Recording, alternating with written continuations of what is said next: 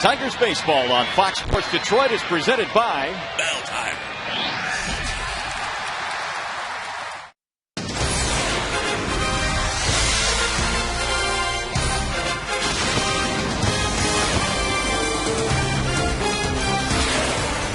Johnny Damon and Manny Ramirez are on opposite sides today, but the one-time teammates won a championship in Boston in 2004. Today, Damon's Tigers will face Manny's White Sox in a Labor Day matinee right here in Detroit.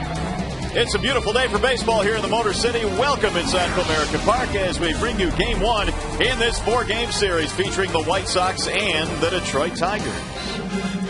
Hi again, everyone. Welcome to Tigers Baseball. Mario and Pemba, Ron Allen, glad to have you with us. And this is Game 1 of an important four-game stretch, really for both teams, but more so the White Sox. They are chasing the Minnesota Twins in the Central, Rod, and this is a White Sox team that offensively is coming in red hot right now. You know, Greg Walker is their hitting coach, and he was an outstanding big league hitter himself, and he's got his team clicking on all cylinders, especially in the last 16 games. That's one of the reasons why they trailed the Minnesota Twins by only 3.5 games. Their batting average during that stretch is .320. A.J. Pierzynski has perked up, and Paul Konerko, their leader at first base, is not playing today, but he's in that MVP conversation, and that's one of the reasons why this team has played such really good baseball. I know the White Sox may be hot, but you know what? Max Scherzer is going today for the Tigers. And speaking of hot, this guy has been as good as anybody in all of baseball. Max just continues start after start after start to get better. Well, he's got a lot of confidence these days. He also has 3 above-average pitches, and that helps when you're trying to beat good major league teams. He'll have to be at his best today because the White Sox, they play really good baseball here at Comerica Park. But you take a look at Scherzer in his last 9, the earned run average is under 1.5. The opponent's batting average is shade over 2, and he has 56 strikeouts, and he really hasn't walked that many.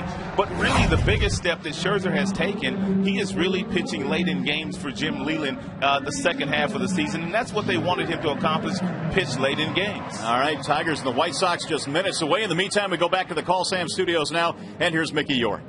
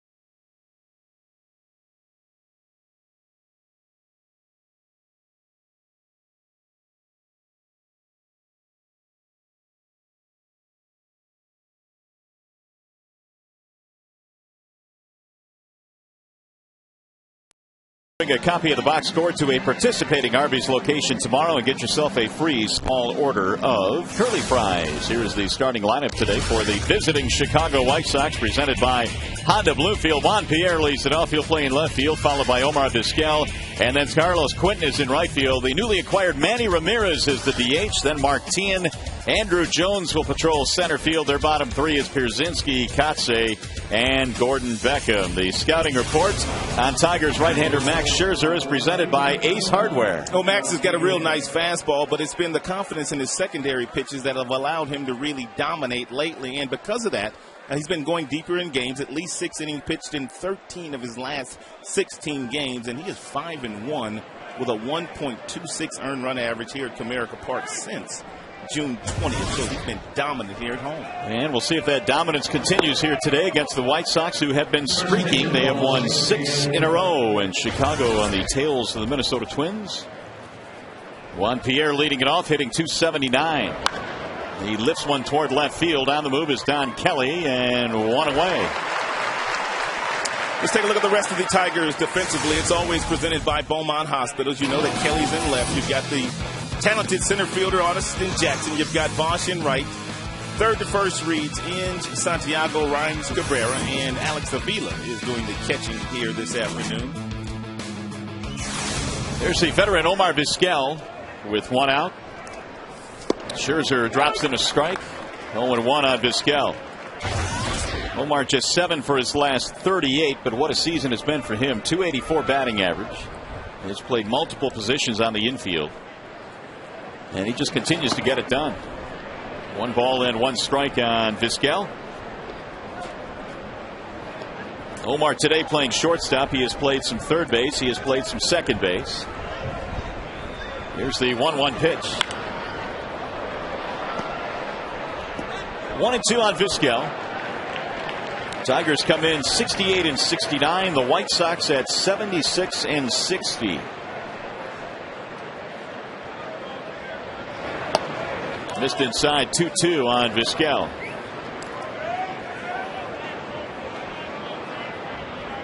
Omar began his career in Seattle, spent quite a few years with the Cleveland Indians, 11 to be exact. And he takes strike 3 call. He went around, and Vizquel is out of there. There are 2 gone. First strikeout of the game for Scherzer. And it looks like Scherzer's got his good stuff here once again today. And expect the White Sox offensively to swing early and swing often. Their hitting instructor, Greg Walker, knows that Scherzer's been throwing quite a few strikes these days. And if he gets ahead of you, he's nearly impossible to hit. And that's a really nice look at that change piece that Scherzer features. Here is Carlos Quentin with 2 outs. Scherzer gave the Tigers everything he had in his last start in Minnesota, a game the Tigers would lose in extra innings. He went 9, giving up 4 hits, 1 run. Swing and a miss. 1 ball, 1 strike on Carlos Quentin. I talked to one veteran scout the next day after that Scherzer start, and he told me that's the first time he ever put on his scouting report the word wow. Really? That's the kind of stuff Scherzer had 5 days ago against Minnesota. Well, that ERA continues to tumble. That's popped up. Right side of the infield. Rhymes going to the grass. Now back to the dirt. The wind is swirling today, and it's a 1-2-3 inning for Max Scherzer. We go to the bottom of the first. No score.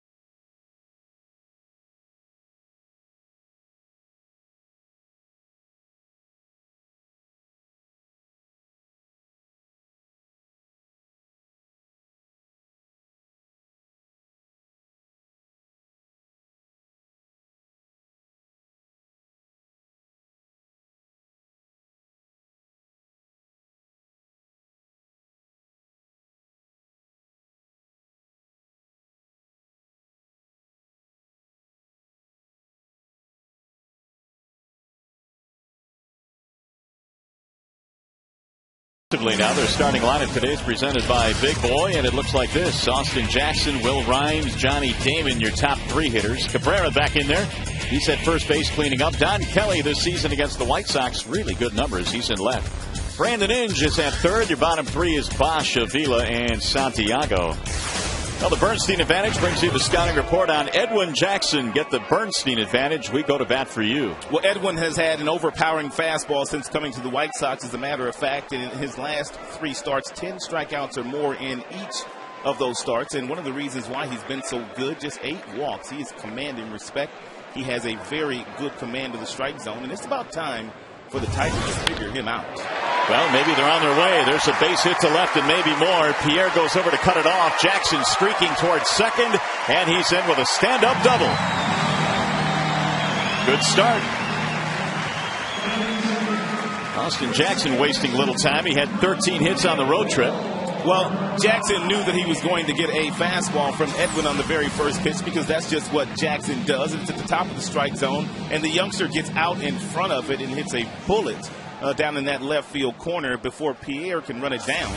It's Jackson standing on second base. Yeah, we'll see what Will Rhymes is thinking about doing here. Rhymes, the second baseman, batting .314. I was talking about figuring Edwin Jackson out. The reason for that is he's been dominant this year against the Tigers, and really in his career he's been very good against Tigers hitters. You know what Jackson has also been very good at this year since putting on a White Sox uniform. In his 5 starts, he has not given up a single run in innings 1 through 5. Ooh, that might end here today. Looking like there's a pretty good chance. Rhymes bunts, tries to get out of the way. They're going to let it roll, and it's going to stay fair right on the line. A break there for Rhymes. It's a bunt single. That is something that Rhymes has done quite often after a Jackson single, or in this case, a Jackson double. He simply bunts him into scoring position, and most of the time, this sign is not coming from Jim Leyland. Rhymes is simply doing this on his own. That was a really good pitch down and in, but he was able to get the bat out in front of home plate, and that's the difference in that ball staying fair and rolling foul. So now here is Damon with runners at first and third. Johnny batting .264.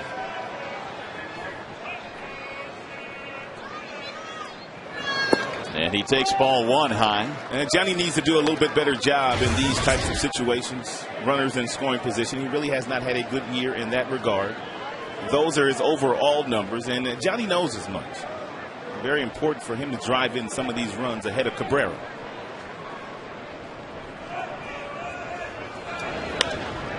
Lifted in the air, foul ground, and heading back to the seats. 1 ball and 1 strike on Damon. This year, after joining the White Sox, opponents are just 2 for 32 with runners in scoring position with Jackson on the mound. So when Edwin gets into trouble, he has, for the most part, been able to slam the door. But he's got a tall task here in the first inning. First and third, nobody out. And there's a base hit to left field. Ask and you shall receive. And Damon singles in a run.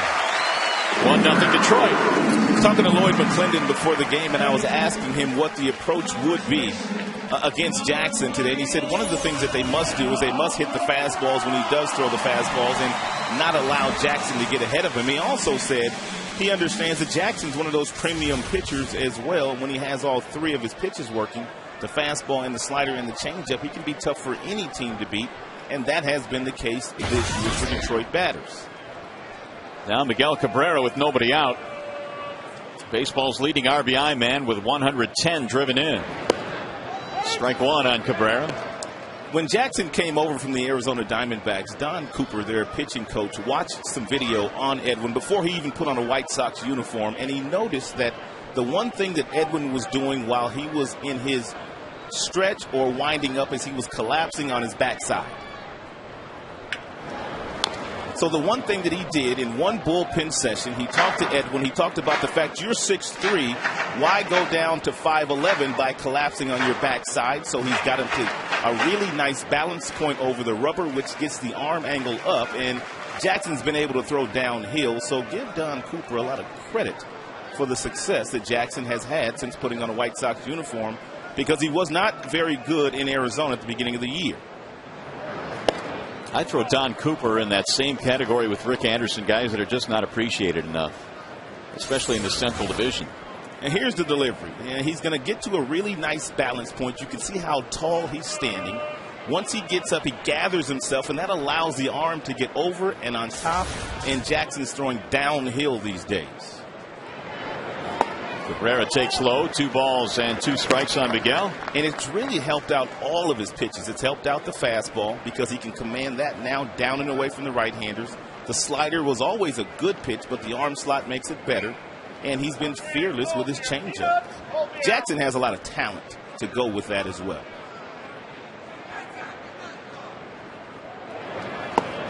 Low again, 3 balls, 2 strikes.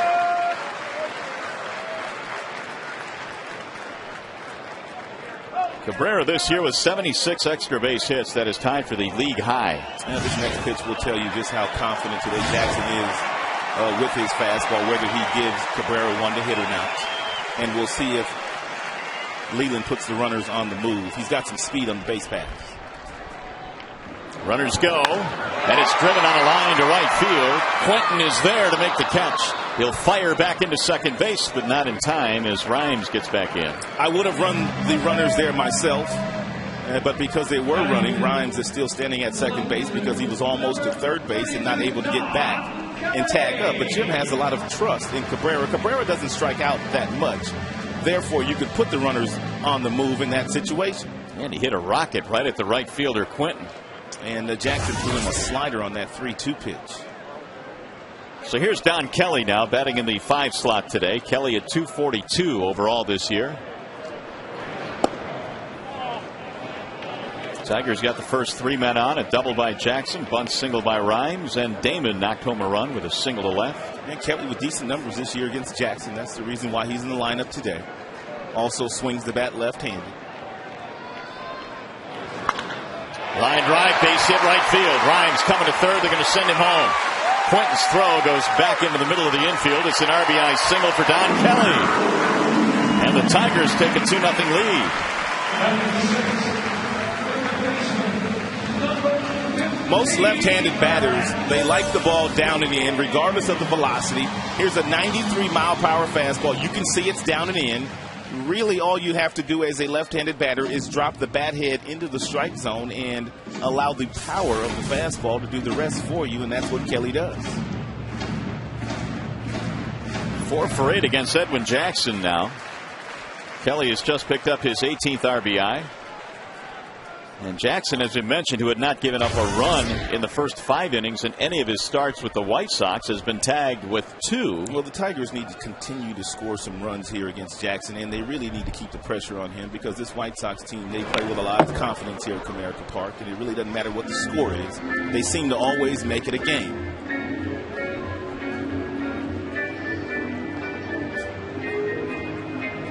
Brandon Inge batting .251. He's knocked in 56 this year. Ozzie Guillen skippering a White Sox team that is continuing to win. They put together quite a streak heading into the All-Star break to get back in the race after really struggling early. 1 ball, 1 strike on Brandon.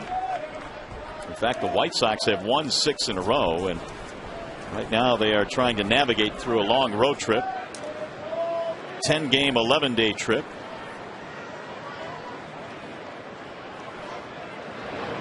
Swing and a miss. Tigers just completed one of those. They won 5 and lost 5. They dropped the final game of the series at KC yesterday. You talked about how well this White Sox team has played and how streaky they have been. But even when they are in good streaks, whenever the Minnesota Twins show up and they go head-to-head, they don't perform very well. And that's the reason why they're 3.5 back. They do have one more series against Minnesota, which will be a very important series, but they've got to figure out a way to beat those Twinkies.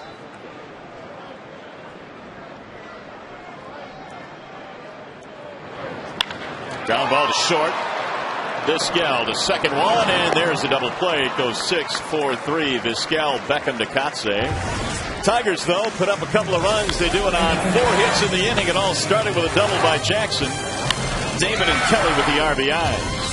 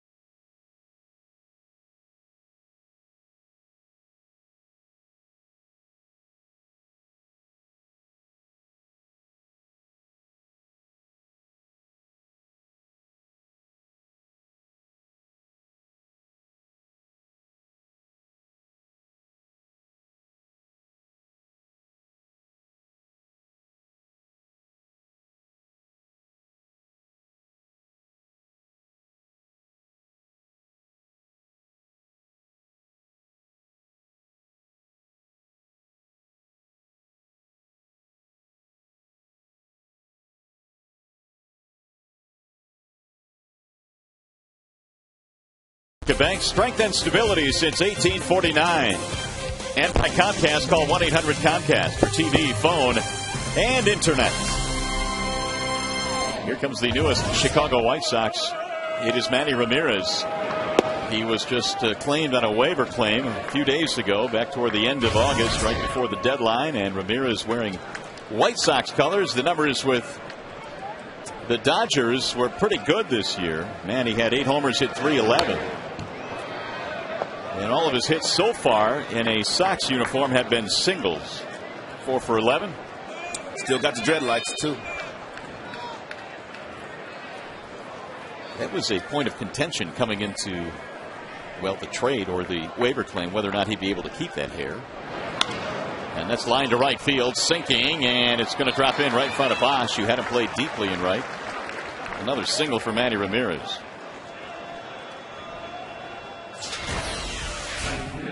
Well, one of the things that Manny has been able to do is he's been able to do very nice work against the Central. You see some of his numbers against Cleveland, Detroit, Kansas City, and of course Minnesota is the one that the White Sox are most interested in. 29 home runs, 114 driven in, so he's got good numbers against many. Here's Martin, the former Royal. He takes strike one. Tien hitting .274. He has homered this year against the Tigers, 3 RBIs. And Scherzer's 0-1. Swing and a miss. 0-2 on Tien. Wow, what a pitch. Unbelievable. Unhittable pitch. Look at this thing. Wow. That's the word the scout used. Wow.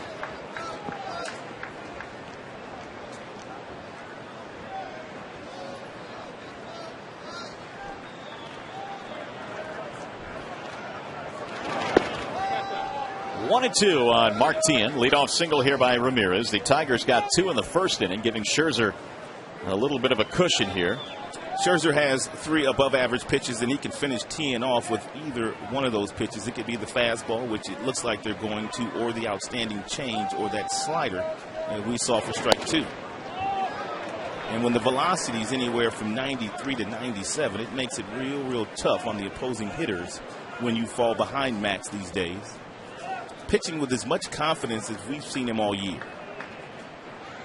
Scherzer has 9 consecutive starts of 3 earned runs or less. Here's the 2-2, and a good pickup behind the plate by Alex Avila. 3-2 on Martin. Don't expect Manny to run here, but you never know with Ozzie.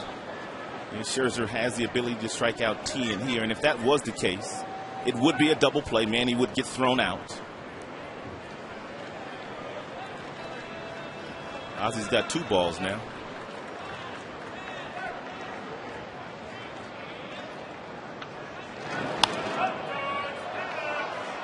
Martin coming over in that trade with the Kansas City Royals. And Tien coming over to the White Sox. Josh Fields, we just saw him the other day, who was just activated by Kansas City. And Chris Getz also involved in that trade.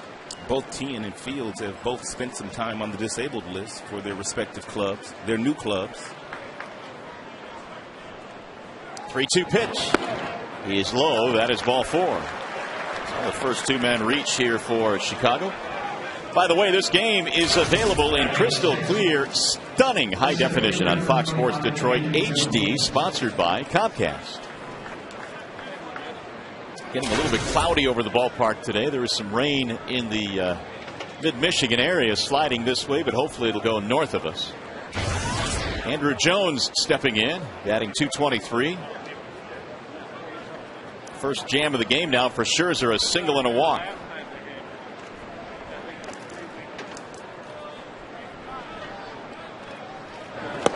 Jones takes strike 1.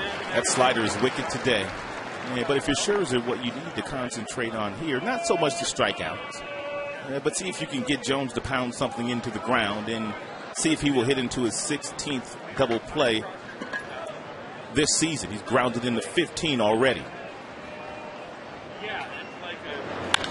Swung on and belted way back in the air and left. That ball is hooking, and it is foul. That thing had 3-run homer written all over it. Plenty of distance, but he yanked it foul. Hanging sliders go a long way.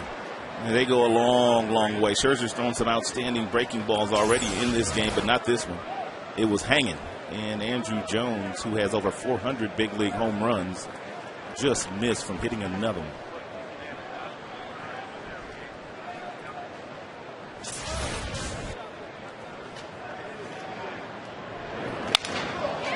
Little looper into shallow left center field, and Jackson can't get it. Caroms off his leg. Ramirez coming to third. They're going to stop him there, and the bases are loaded. So a bloop single for Andrew Jones. And the first 3 are on now. They are loaded up with nobody out. Well, Jackson, if he can't catch it in center field, it's not catchable. He's playing very deep, respecting the power of Jones. And you get a look at Manny. He goes about halfway to see whether the ball will be caught or not. And with Manny these days, not the fleetest of foot, Jeff Cox, the third baseman, holds him up because Pierzynski's been one of their hotter hitters lately. Jones had his bat broken on that base hit. 2 consecutive batters Scherzer's been able to get ahead of. No balls and 2 strikes, and both are on the base paths. When you get in that count, you've got to put guys away. Pierzynski hits .347 with the bases loaded career. And he also has 7 grand slams in his back pocket. AJ at .262 this year. He's been a hot hitter 12 straight.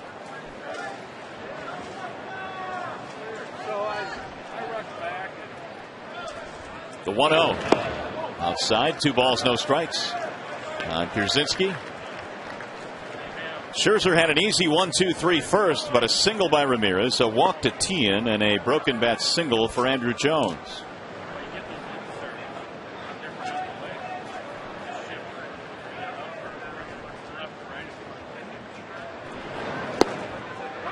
Two and one on Pierzynski. Pierzynski must have been looking for something else right there. Most big league hitters, with the bases loaded in a 2-0 count, they don't take fastballs right down the middle, and that fastball was right down the middle. So Pierzynski, at least on that pitch, was looking for something else, something soft, apparently.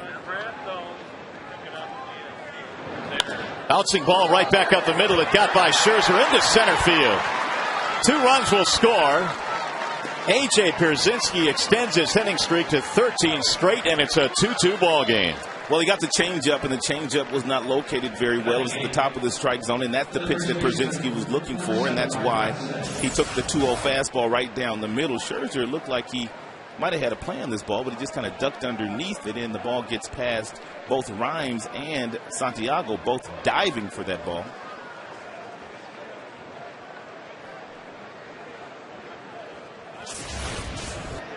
That'll bring up Mark Kotsay in a 2-2 game. 3rd hit of the day now, and 3rd hit of the inning for Chicago. Kotsay at .238. Takes strike 1, and he has a look back for Paul Nart, tonight's home plate umpire. That's why I made the point the last half inning against Jackson. The Tigers need to score as many runs as possible. This White Sox team, when they come to Comerica Park, and for whatever reason, they play like it's their home park. They have dominated the Tigers here at Comerica.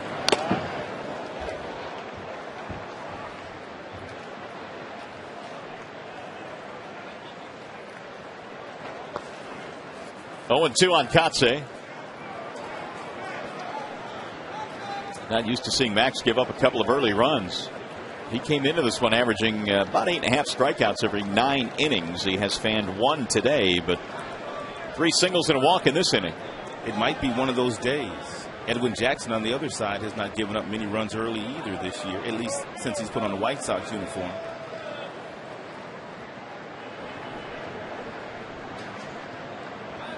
Here's the 0-2.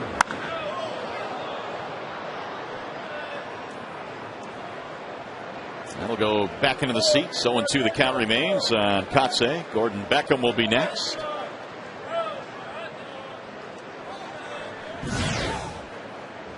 Chicago, as we mentioned, finished the first half going 25-5, which got them right back into the race. Minnesota's been playing some pretty good baseball as well recently, so they maintain their lead in the Central. Missed high, 1 ball, 2 strikes.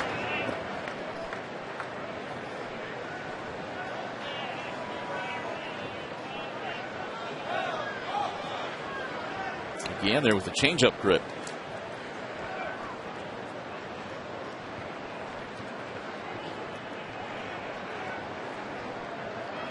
The 1-2. Make it 2-2 now as the long inning gets longer for Scherzer. Max had a snappy first, but some trouble here in the second. Kotsay has been hitting well, .330 over his last 18 games. He is trying to give his team the lead here in the second inning.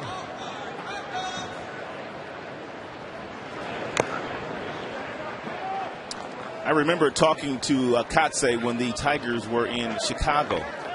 The last two times these teams met, and Tien was coming off the disabled list at that same time. And Kotsay simply said, you know what? If I hit, I will get a chance to play. If not, I'll be sitting on the bench. Apparently, he's been hitting lately for Ozzie Guillen.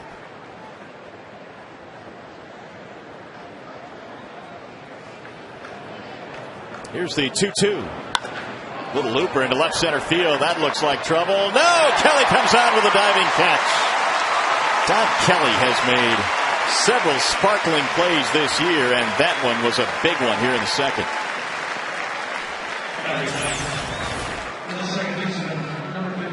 Showing some pretty good range going to his left to make that play. First out of the inning. Looked like the White Sox might have another fluke hit, but not so, says Kelly, and that'll bring up Gordon Beckham. Beckham at .258. He's hit 9 home runs this year, and good numbers this season against Detroit pitching, over 300.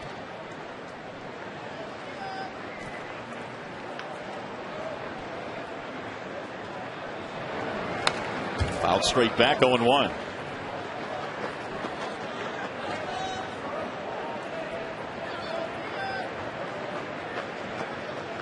Two runs, 4 hits for Detroit. 2 runs, 3 hits for Chicago.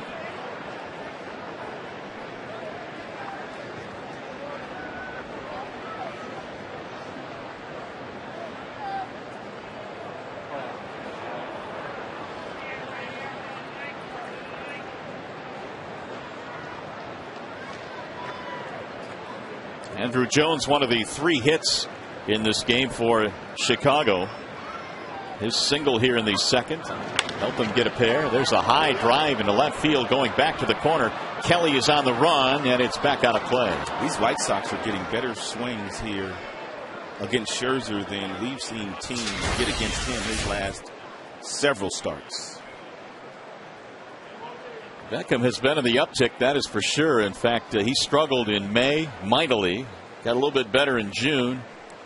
Really good in July. And August, September, so far so good. Yeah, they were very close to sending him down to the minor leagues in the month of May, but they held serve with him, and they've allowed him to come back and play some real good baseball, which they thought he would play anyway. Got him, strike 3. Scherzer picks up his second strikeout. So Max gets back into the inning now, 2 gone. Apparently they're looking for some breaking balls against Scherzer here today, because that's another fastball that's taken right down the middle with 2 strikes. So Avila and Scherzer, they need to put that in their memory bank, that there's some fastballs that are being taken right down the middle, which tells most people that there's off-speed pitches being looked for. Here's Juan Pierre. And yes, most hitters at this level, they do guess. It's okay to guess before you get 2 strikes, but it's an absolute no-no if you're guessing once you have 2 strikes on you.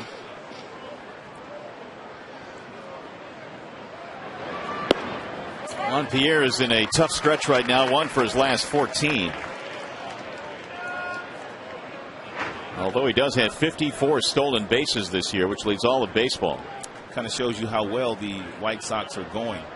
Their leader, 1 for 14, but they've won 6 straight games. There's a strike, 1-2. Pierre this year has had a couple of pretty lengthy hitting streaks, a 12-gamer and a 16-gamer, but the recent stretch has not been all that good. He's behind here, 1 ball, 2 strikes.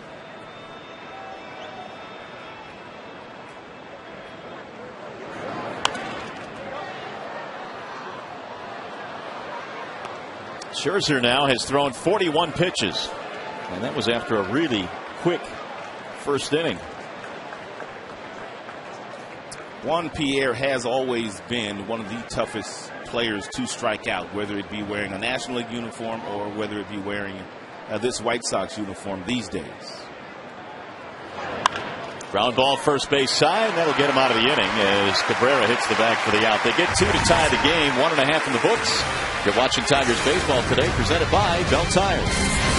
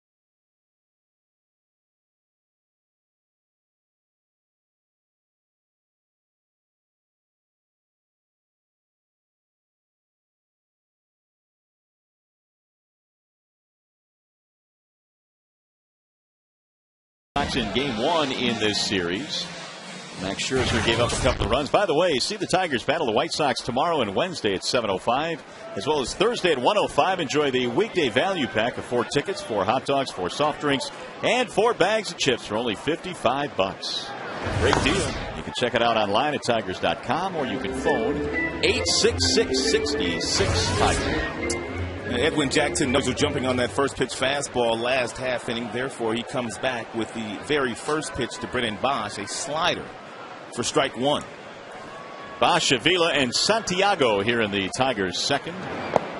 Jackson missing low. 1 ball, 1 strike on Brennan, who has hit 14 home runs this year in his rookie campaign. Jackson surrendered RBI singles to Damon and Kelly in the first inning. Rolled foul. 1-2.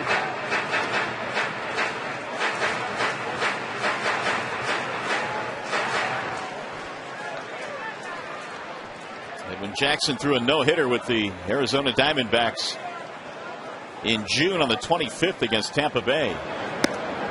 Ball high. 2 balls and 2 strikes. And there was some thought that the White Sox wanted to acquire him to kind of flip him for a bat, namely Adam Dunn out there in the National League, but he's pitched so well for them. You've got to be happy with the results. Swing and a miss. Bosch goes down on strikes, 1 gone. They also have Edwin Jackson under control for next year because he signed a 2-year deal after he was acquired from the Tigers with the Arizona Diamondbacks, and if that's the case, they've got themselves a top of the rotation kind of guy, the way that Edwin's been pitching this year.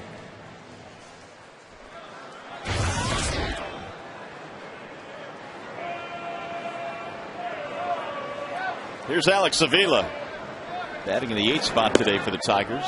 Ball 1 to the Detroit catcher. Alex had himself a pretty good road trip. He has been playing a little bit more recently because of the back problems of Gerald Laird. Avila 7 hits on the road trip. 1 ball and 1 strike.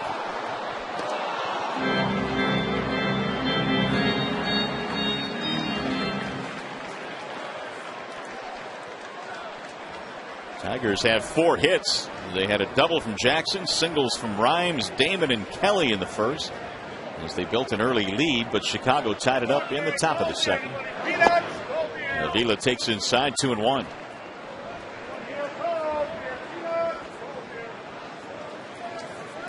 Very few of the Chicago White Sox starters or relievers shake off A.J. Przinsky. Wave and a miss. They all have a tremendous amount of respect in his game calling skills. He's a nice receiver.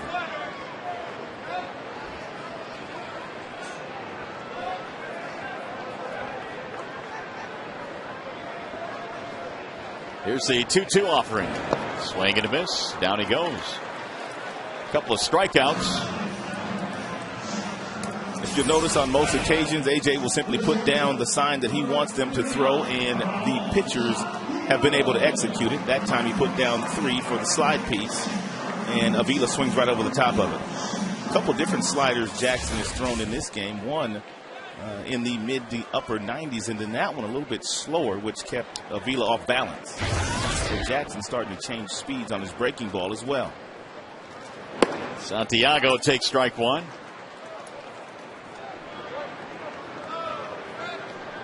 Ramon at 268. Johnny Peralta's numbers were not good against Jackson. That's the reason why he's sitting today. And a lot of times table setters, guys like Kelly, guys like Santiago, Rhymes would fall into that category. They do a little bit better against guys that are power pitchers because they don't try to overpower the baseball. They simply try to put it in play. They bunt, they hit and run. They do things like that. And we might see some of that out of Jim Leland here today. Santiago down to the count 1-2.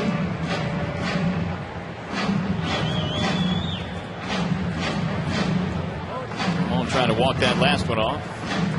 Jackson has averaged almost 7 innings per start, about 106 pitches.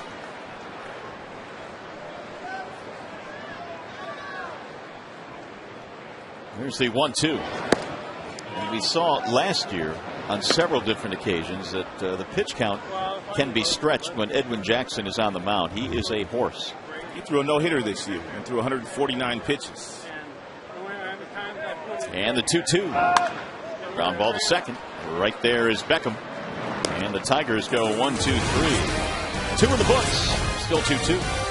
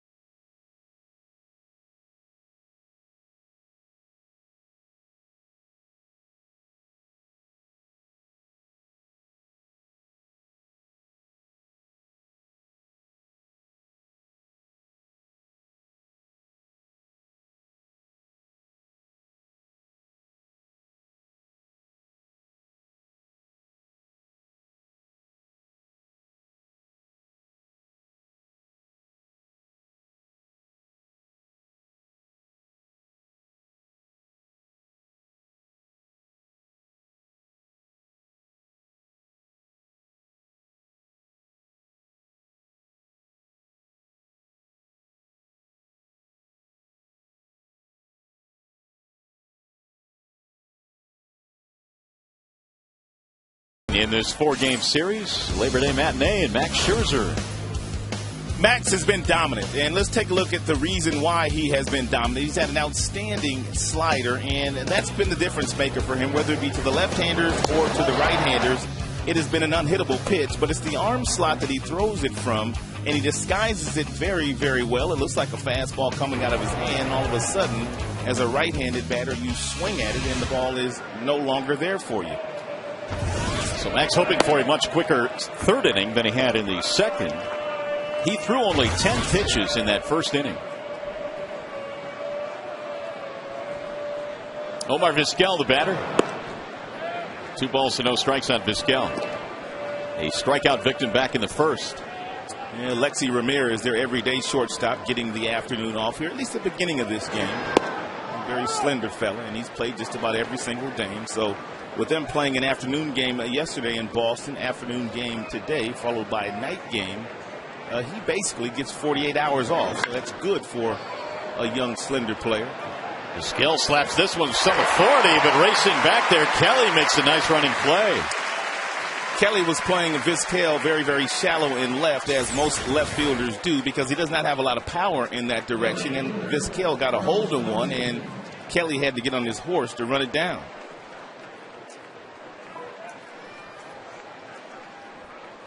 One gone here in the third. That'll bring up the number 3 hitter, Carlos Quentin. Kelly already has made a couple of nice plays out there in left. Batting average, you can kind of throw out the door when you start talking about a guy like Carlos Quentin. Only 243, but his power numbers are what separates him from most. Hits with a lot of authority, lots of power, drives in lots of runs. Also gets hit quite a bit. Stands right on top of the plate.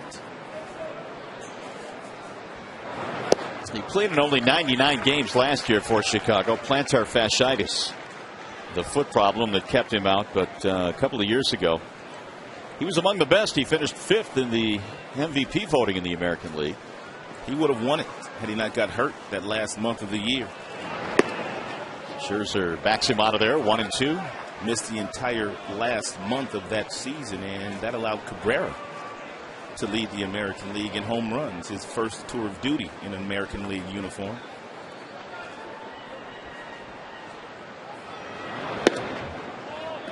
Two and two the count. Scherzer has really had no problem getting ahead of some of these White Sox hitters, but he has had a difficult time of putting them away once he's gotten ahead of them. Manny waiting on deck. Driven foul.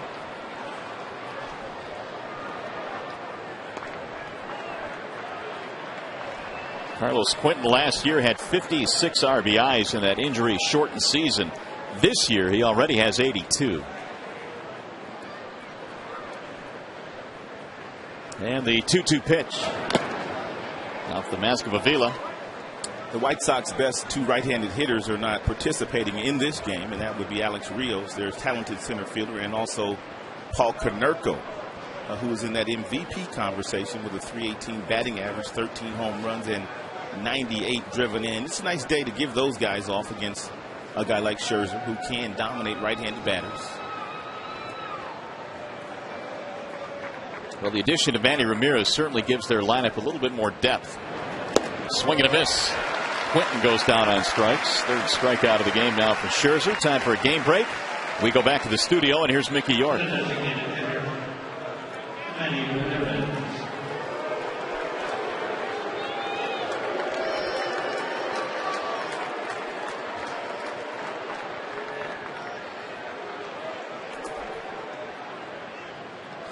Well, that Texas team is really struggling right now. They've got a lot of injuries. They have still a fairly good-sized lead in the West, but they have to be careful.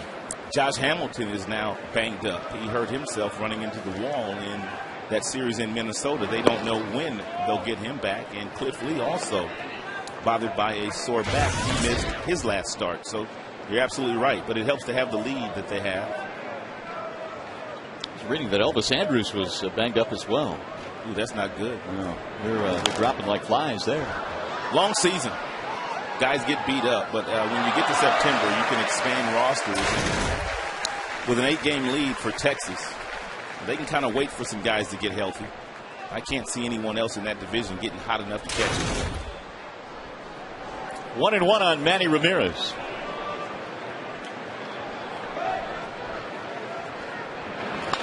Lines one over the head of the shortstop, Santiago, and Manny is 2 for 2 in this game. Manny's a little bit older.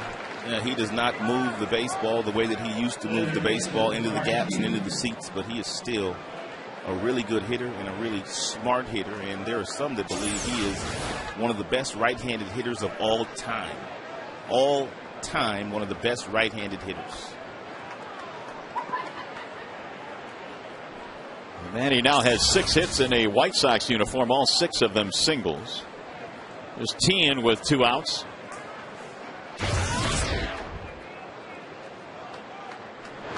Tien had a big walk in that 2-run second.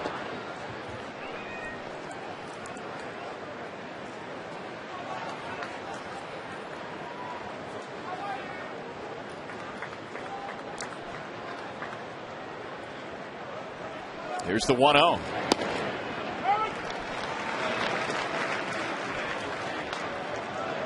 Mark Tien was on the DL in June and July, had a fractured finger, which kept him out of action.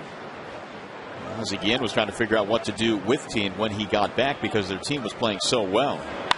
That's driven to right field on a line, hit well. Bosch goes back and makes the catch. No runs, a hit, 1 left. When we get to the bottom of the 3rd, the leadoff man will be up, Boston Jackson.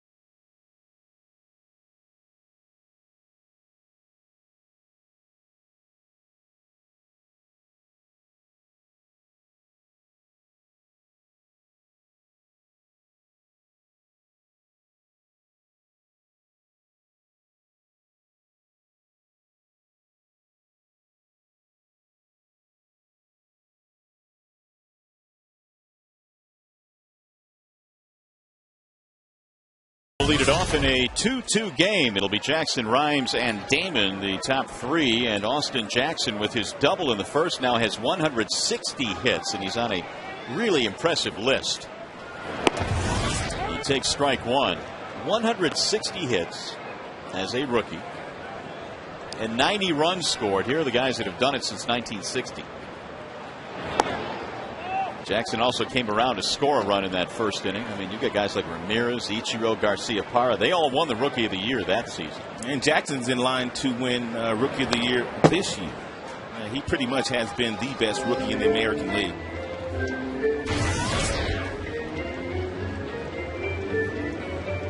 He now has 21 runs scored in his last 17, so he's marching toward 100 runs.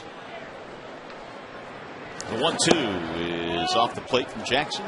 You talk to any leadoff hitter in the major leagues, and they will tell you they don't set many goals for themselves other than the fact that they would like to touch home plate 100 times. And if you're able to do so, usually it's a really good season for you and your club if you're scoring 100 runs a game. And he takes strike 3, a fastball right down the middle by Edwin Jackson for the first out of this inning.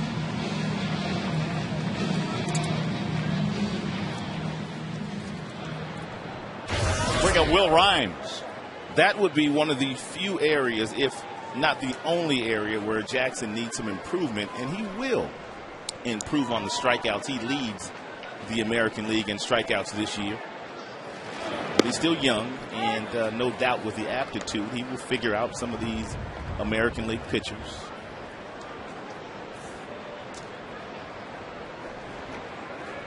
Rhymes had a bunt single back in the first inning.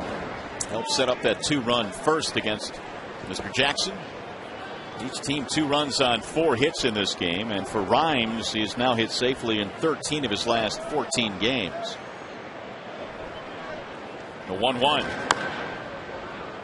It looks like both of these pitchers today got off to a little bit of a rocky start, but they have settled in. And that's usually the case with really good pitchers. If you don't get them early, you don't usually get them at all. Guys like Scherzer and Jackson, they get stronger as the game goes on.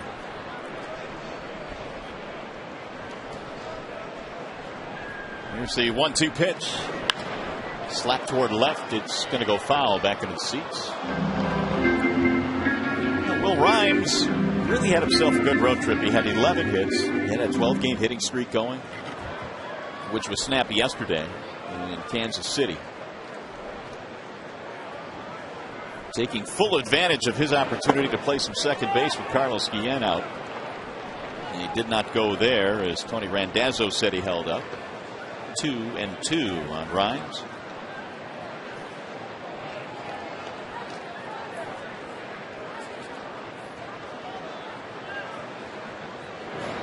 Swing and a miss, and down he goes. 4 strikeouts for Edwin Jackson. Hey, this Wednesday during our Tigers White Sox telecast, you can bid on gift baskets packed by Tigers wives that are filled with their husband's favorite things.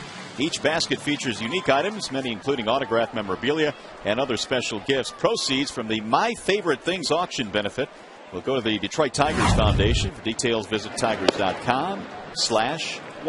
That's tigers.com/wives. Check out all the great baskets and all the great stuff that you can bid on coming up on Wednesday night in our telecast. Damon, the hitter, with 2 outs. Edwin Jackson now has retired 6 straight, 4 of them on strikeouts.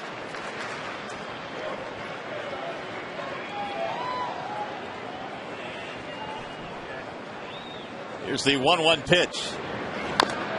Rolled foul. 1-2.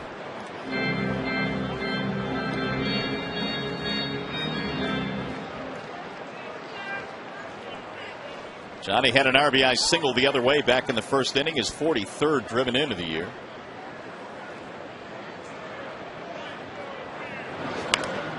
Fouled away.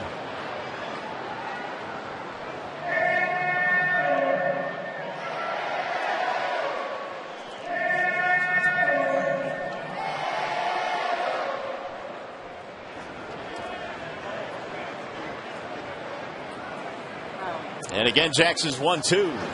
He missed outside. 2 balls, 2 strikes.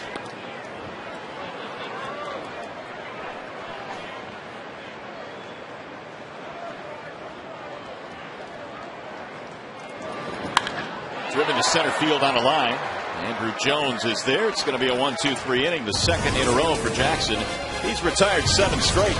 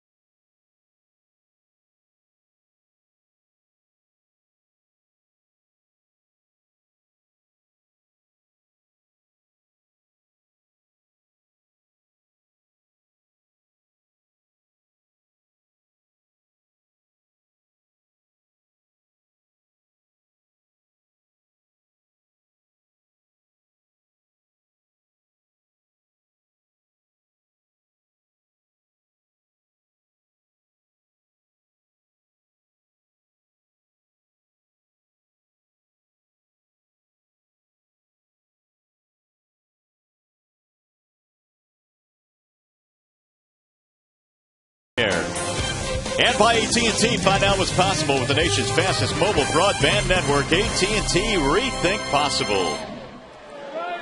Back here at the ballpark, good to be back home after a long road trip. Tigers and White Sox go to the top of the fourth, and we are tied 2-2 here this afternoon. Andrew Jones leading it off for Chicago. He'll be followed by Pierzynski and then Kotze. Jones had a single back in the second, did not score. That is rolled foul down the third base line. 1 ball and 1 strike on Andrew Jones. He's now 9 for his last 17, so he's been swinging it. Jones, when you look at the all-time numbers, is up there in homers. He has hit 406 in his career, which is good for 46th all-time. 2 balls and 1 strike. And White Sox have a members on their team with 300 career home runs, 400 career home runs, and 500 career home runs for Manny. That is rare. You don't usually have that many guys on your current roster that have hit that many long balls. They had a guy last year and told me that this year's going for 600. Yep. Did he hit him? Yep. Nicked by the pitch, and Jones is on. Didn't want to start it that way, so the leadoff man is on here in the fourth. Time for trivia. Here's the AT&T trivia question. Who holds the Tigers record for consecutive games played? In honor of Labor Day here. Who holds the Tigers record for consecutive games played? Here is A.J. Pierzynski. We will give you 1 hit. He's a Hall of Famer. That means he's an old school guy. Those guys did play every single day. There's a strike called on Pierzynski.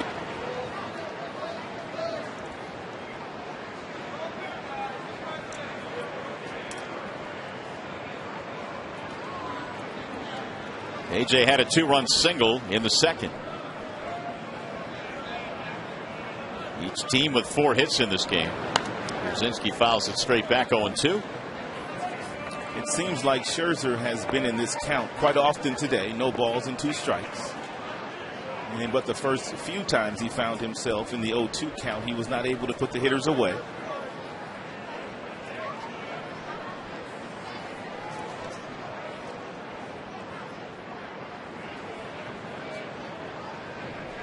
The 0-2 is going to get away from Avila. Advance the runner to second base. Jones in there safely, and so a good scoring opportunity now for the White Sox. Avila did everything that he could possibly do to try to get over and get in front of this slider to keep it in front of him, but the velocity of the pitch did not allow him to get there. Therefore, Jones, who was on first, now finds himself on second base. He did everything right. He got over, he got the glove down between the legs, but it seemed like the ball hit the shin guard and trickled to the right. Wild pitch, advancing the runner. And the 1-2. Line to left field. Kelly coming on, and he'll make the catch. Jones scampering back to second base. First out of the inning. Kelly's had a lot of action already in this game out in left field. There's Kotze.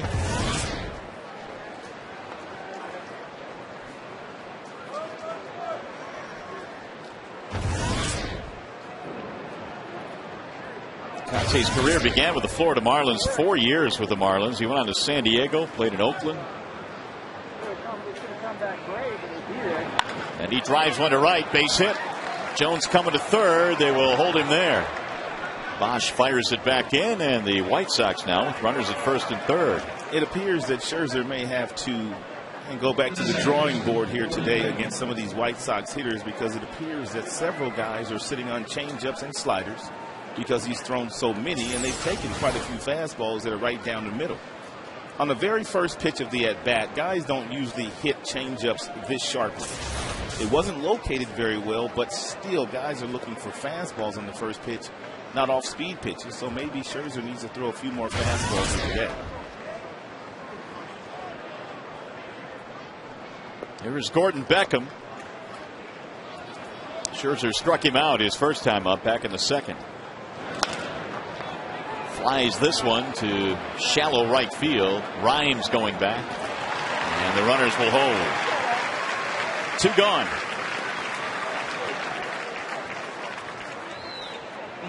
Back up to the top of the lineup now, Juan Pierre. Tigers have been able to get to that 500 mark a couple of times. They just have not been able to get over it and get a winning streak together where they can take off a little bit. They would like to get back up to 500, but again, a win here today, that would make them 69-69. You hate to see guys like Juan Pierre come up in these types of situations, even though he does not do a lot of damage as far as driving in lots of runs. He's just tough to strike out. As a matter of fact, the toughest to strike out in the American League.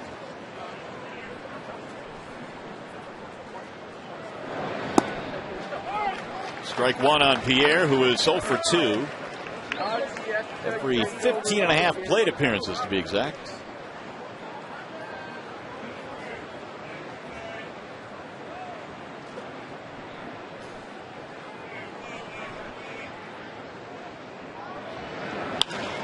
To center field, sinking, base hit. This will get a run in.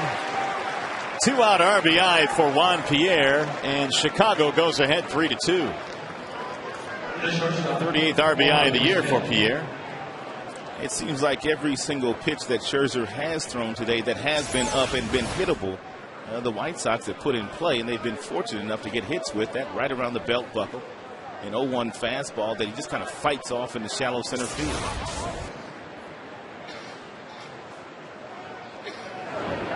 Vizquel lost one toward left, and Kelly will not get there. It's in foul ground.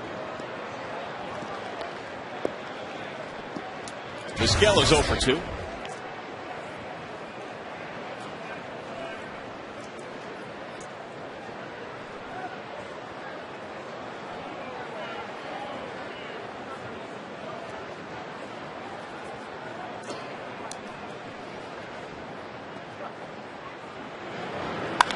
Line drive, base hit right field.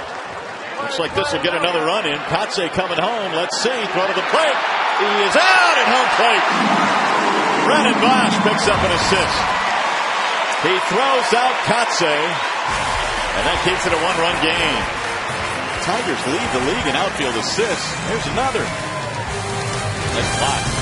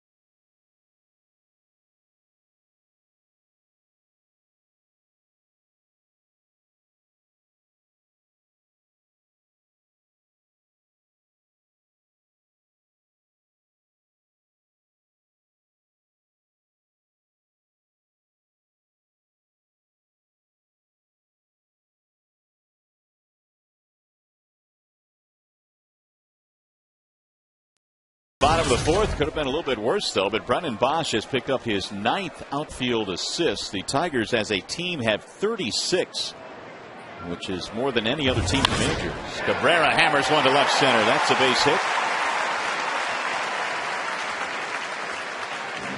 Let's go back and take a look at the throw from Brennan Bosch from right field, who has a very good throwing arm from that position, but that's only part of the play. It's a velo. Really blocking the plate with that left leg, which didn't allow Kotze to get there. And the second look is a Lincoln Mercury Exmo replay. outstanding look, and Alex Avila does a very nice job of blocking home plate on those types of plays. Well, that's a right fielder that in his day threw out a few runners. Made a lot of all-star teams too. Kelly sends one high, sends one deep, right field, way back, and gone. A 2-run shot for Don Kelly. He is now 5 for 9 against Jackson, and he's been muscling up lately.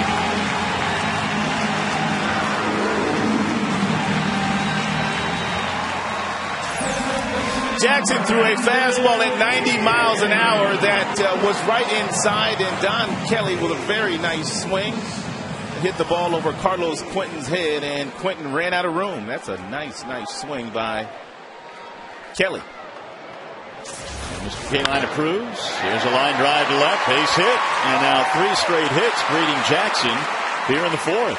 3 straight hits on 3 straight pitches. He had retired 7 straight coming into this inning. We told you coming into play today that Jackson had only walked 8 batters in a Chicago White Sox uniform in 36 2/3 innings. So you know he's going to be around the plate. And Tigers are taking advantage of that fact here in the 4th inning, as they did back in the 1st inning. Bosch 0 for 1 with a strikeout. Tigers now have 7 hits, just like the White Sox. But Detroit has gone ahead 4-3, a pair of 2-run innings.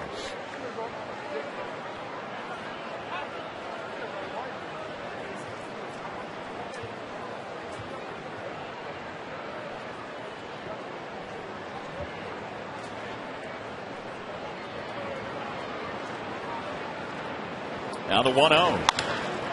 Driven to center field, hit well. Jones going back. It's Death Valley out there at 420, and Jones runs it down.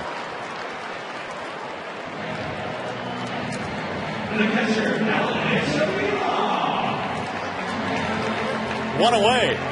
Bosch picked the wrong part of the ballpark. He'll bring up Alex Avila.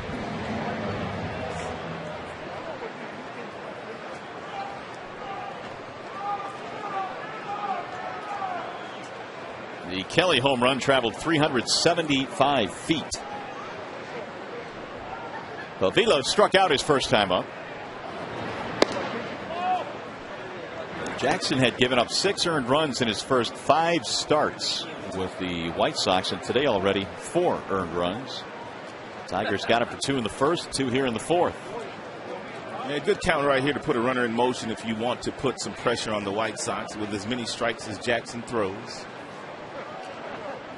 White Sox thinking right along those same lines. That's the reason why the throw over by Jackson does not steal bases. But a 1-0 count is a nice count to put a runner in motion.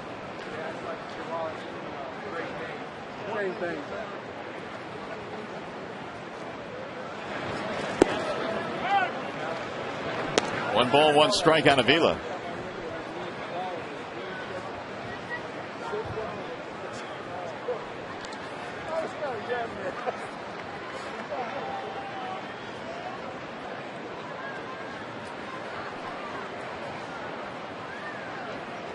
Brandon Inge, the runner at first with 1 out, and Avila takes low.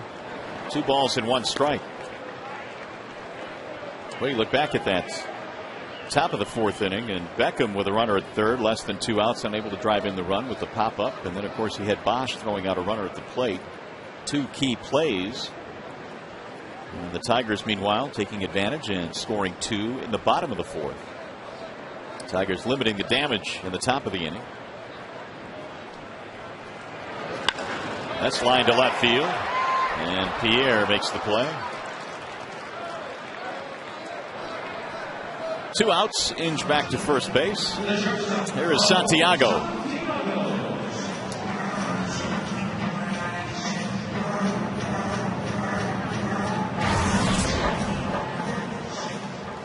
Santiago is 0 for 1 with a bouncing ball back in the 2nd. He hit it at the second baseman, Beckham.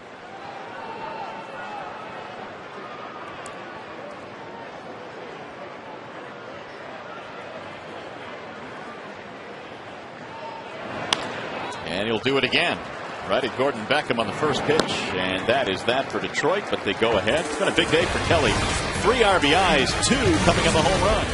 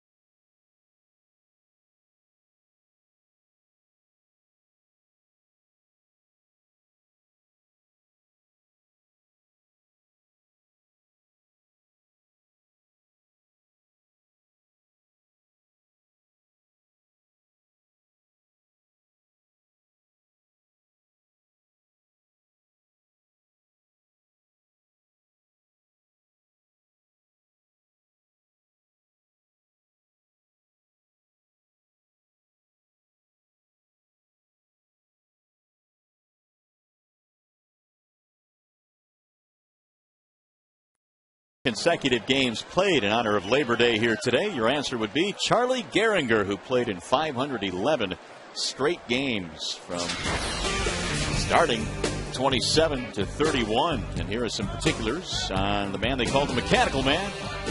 A .320 average in 19 seasons, 6-time All-Star. Charlie Gehringer, one of the all-time greats for the Tigers, has a statue here at Comerica Park out in left field. Carlos Quentin leads it off. There he is. Turning 2. Breaking ball in for a strike on Quentin. He'll be followed by Ramirez and team.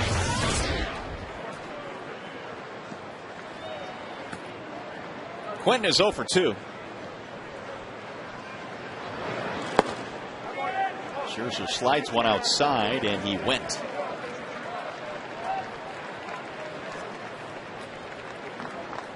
Max had a 1-2-3 first. No problems in the third. It's been the even innings that have given him some trouble. 2 in the second, 1 in the fourth. Just missed away. 2-2. And Max thought he had strike 3 there on that last pitch. And one of the things that Max will need to improve on the remainder of this year and next year is his numbers against the American League Central. He is 1 in 6 against the American League Central. Outstanding against every other division. Manny Ramirez on deck.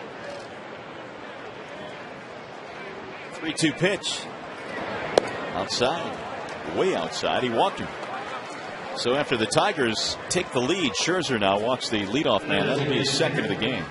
And it brings up Ramirez.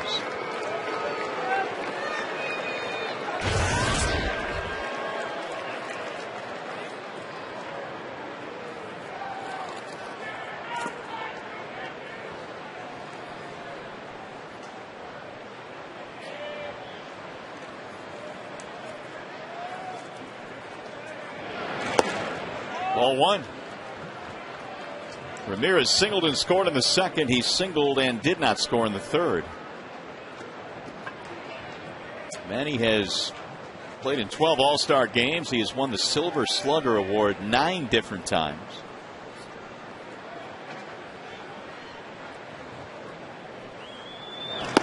There's a strike. 1-1. And Manny was on those outstanding Cleveland Indians teams that had Jim Thome, Alomar Brothers. Vizquel was there as well. They were selling out Jacobs Field at the time every single night. Albert Bell as well. They had some outstanding offensive players. As a matter of fact, John Hart assembled a lot of talent from an offensive standpoint, but they really did not have the pitching staffs to get them to the promised land. Did not win a world championship. Got close. They were close every year.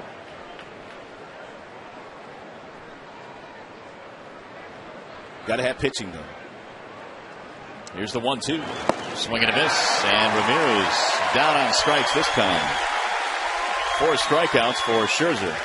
When Scherzer locates his slider down in this area, even a great hitter like Manny cannot get to it. It's disguised as a fastball. It looks like a fastball coming out of his hand, and the action on the pitch just darts down and away. Here's Martin.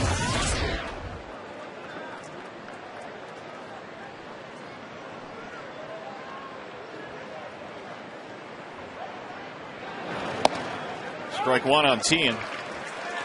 Lots of fastballs being taken for strikes here today by the Chicago White Sox hitters. Lots of fastballs.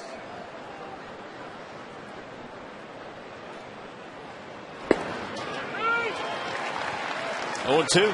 Don't know exactly what Greg Walker's game plan is for his team today, but it appears that it's one that guys are looking for some off-speed pitches because Scherzer's, he's thrown a lot of off-speed pitches lately. And if you can get your entire team to sell out on your game plan, you're going to have success. They've scored 3 runs today against Max.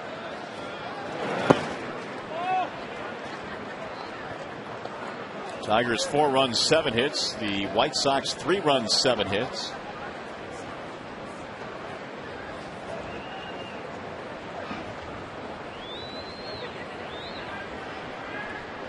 One and 2 on Martin. Tipped it into the glove. That's another strikeout, the 5th of the game now for Scherzer. Hey fans, groups have more fun at Tigers games. Group tickets, picnics, and party suites are available with groups of 15 or more, receiving discount tickets to select games while supplies last. Call 313-471-BALL, or you can visit Tigers.com. Scherzer with a strikeout of Manny Ramirez on the slider, and that was a changeup that he was able to fool Martin on for strike 3. Andrew Jones hits one back up the middle. Will Rhymes is there, and the inning is over. So nice job by Scherzer. Leadoff walk is stranded. We go to the bottom of the 5th.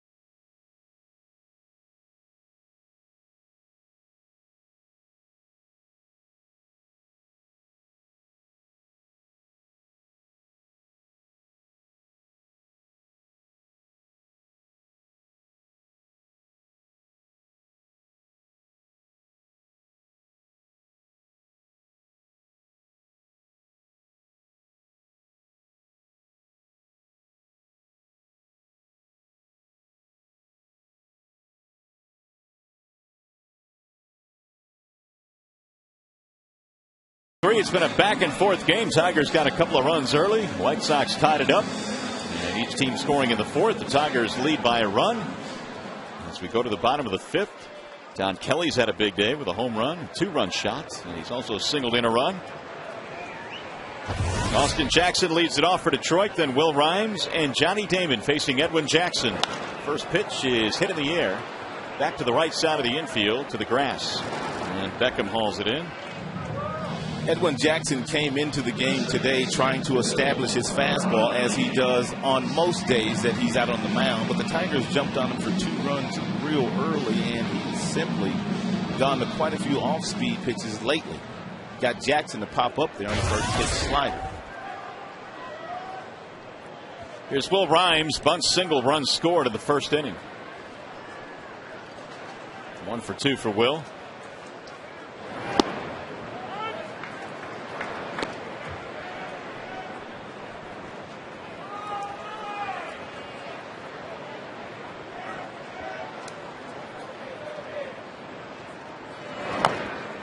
Off the end of the bat, foul. Jackson came into this one 3-0 lifetime against Detroit. 2.63 ERA. He's beaten him a couple of times this year, but he is trailing today. Here's the 0-2. Swing and a miss. He got Rhymes to chase and 2 quick outs. 5 strikeouts now for Edwin Jackson.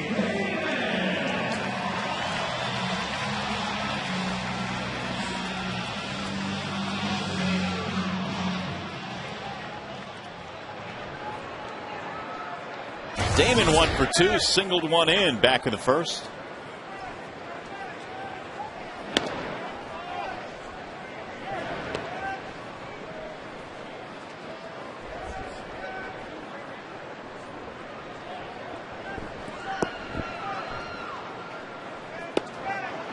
One ball, 1 strike.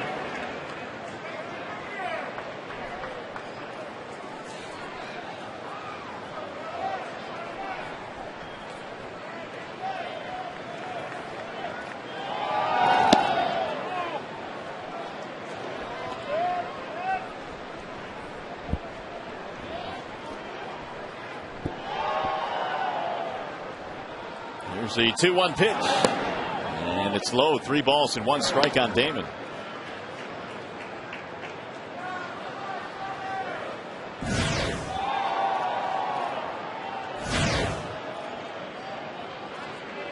And the 3-1 pitch. And he takes a strike. 3-2 on Johnny Damon.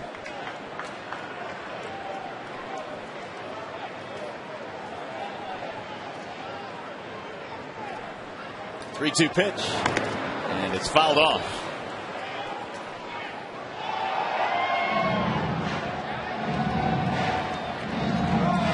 Each team 7 hits today. The Tigers got a couple in the bottom of the 4th, and that has been the difference.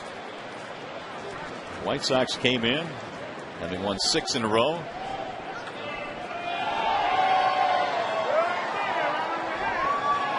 Jackson ready now. Again, the 3-2, and he walked him. 2 out base on balls for Damon. The first walk of the game for Jackson. And keeps the inning going for the cleanup man, Miguel Cabrera.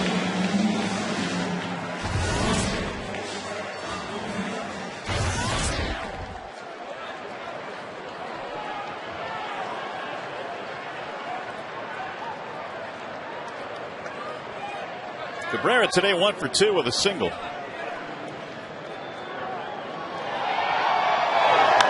He drives one to right field on a line and caught on a slide by Quentin. That'll end the inning. No runs, a walk, 1 man left, 5 in the books. It's a holiday. Might as well eat. Hot dogs and fries available.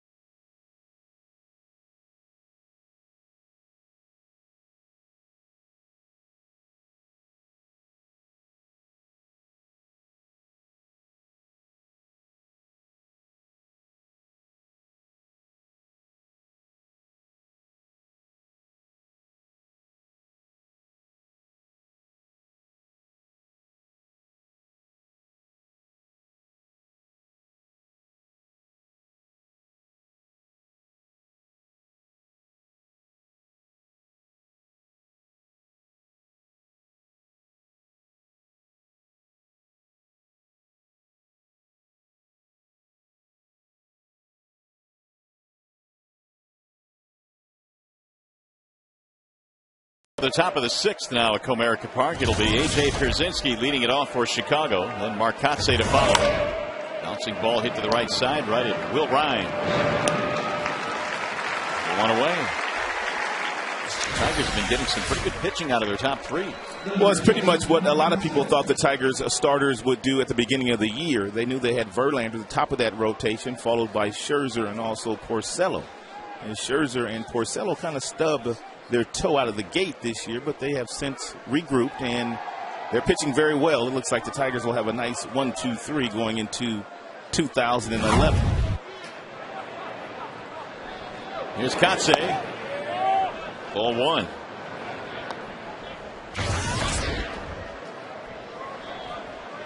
Kotze single and a fly ball.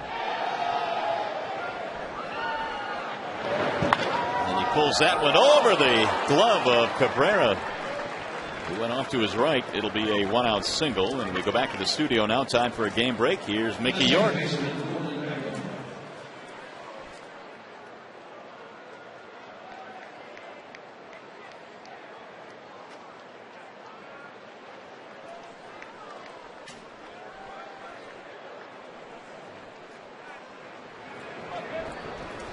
All right, Mickey, thank you.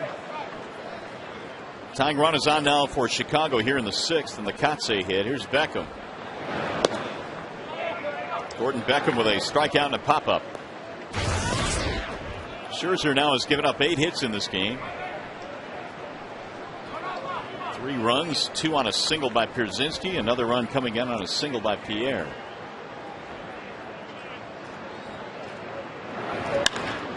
High fly ball center field. Austin Jackson is back. Beckham is out. 2 away.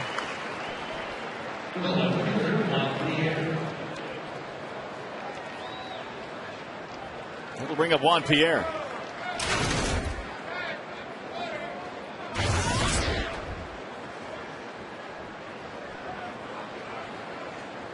RBI single in the 4th, 1 for 3. He was just 1 for his previous 15 before that base hit. And Pierre looks at strike 1.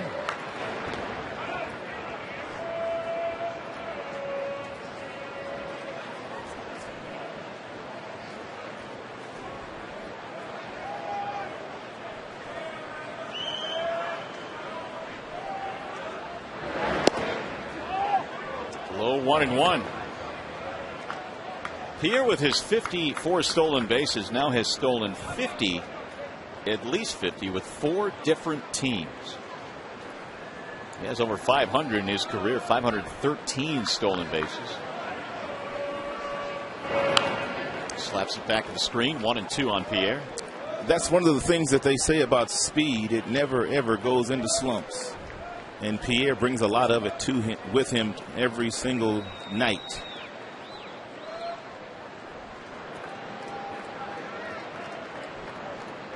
Pierre now 33 years old. He's been with Colorado, Florida, the Dodgers, and now the White Sox. Runner goes, and it's grounded back toward the middle of the infield. Santiago has it, throws out Pierre, and the side retired. Over the bottom of the 6th inning, Don Kelly will lead it off. He's had a big day.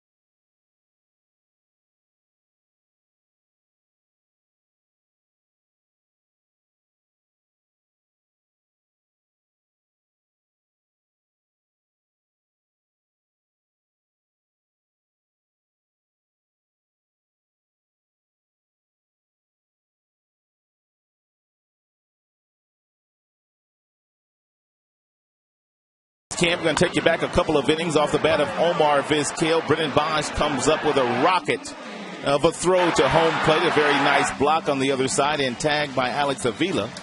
And Kotze trying to score but was not able to do so. Coors Light Freeze Cam is always brought to you by your Frost Brewed Coors Light. And if you missed the stat earlier today, that is the 36th outfield assist the Tigers have had this year, the most in the majors. There's Don Kelly leading it off as we go to the bottom of the 6th inning. Kelly with 3 RBIs today. His last 2 coming on a long home run to right field. He's back in the 4th inning.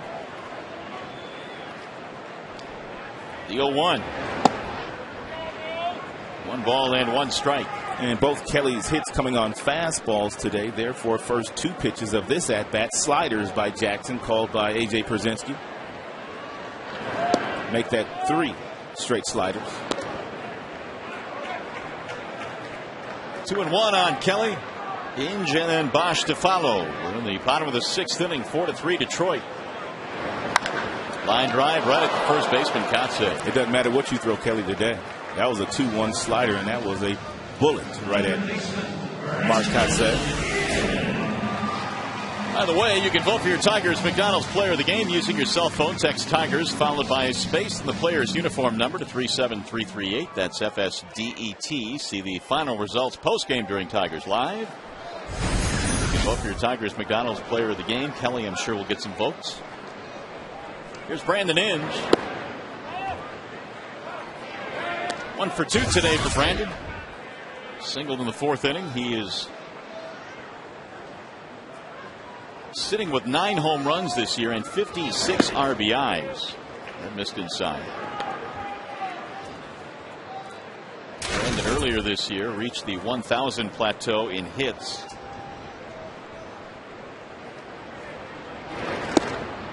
There's a strike call.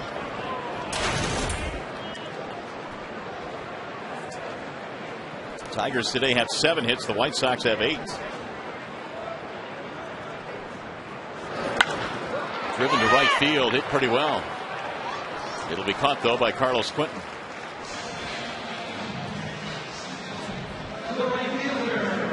Two gone. That'll bring up Bosch.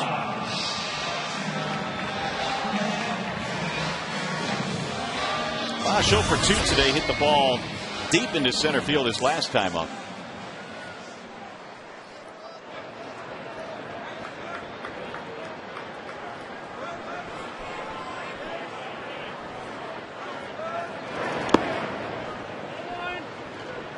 Want to know?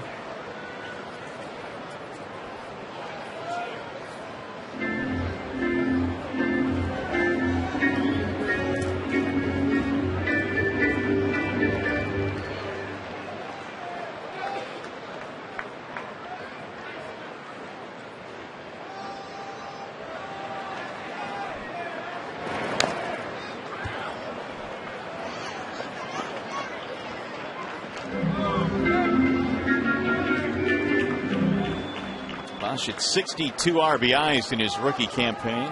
He's been among the league leader in a lot of categories amongst rookies this year. That's fouled straight back, 1 and 2 to count. Leland was talking about Bosch the other day in terms of his offseason. He said, well, everybody's got to get away from it a little bit, but after he's done getting away from it, they hope that he will work on his outfield play. Here's the 1-2. And that is whistled foul down the line. On occasion, certain teams will send, whether it be the infield instructor or the outfield instructor, to wherever that particular player lives. In this case, Brennan Bosch out to California and work on some outfield skills. Slow, 2 balls, 2 strikes. Brennan this year has made some nice plays in the outfield, but he has struggled at times as well.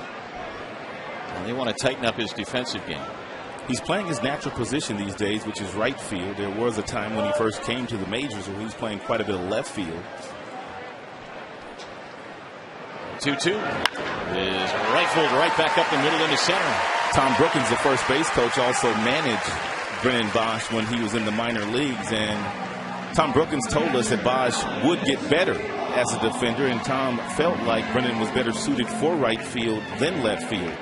His arm is most definitely a right fielder's arm. Boy, is it. And he had it on display earlier today, picking up his 9th assist. So Brookins might be making a trip out to Southern California to work on some outfield drills with Brennan Bosch in the offseason. Here comes Avila. Tigers now have 8 hits. Alex fouls it back out of play. Lights are on here at the ballpark. Cloudy, overcast day here today. And this is the first of a 4-game series on Labor Day here at the ballpark. Kind of an odd scheduling quirk. The Tigers coming back home, playing a day game the first day of the homestand, this being Labor Day.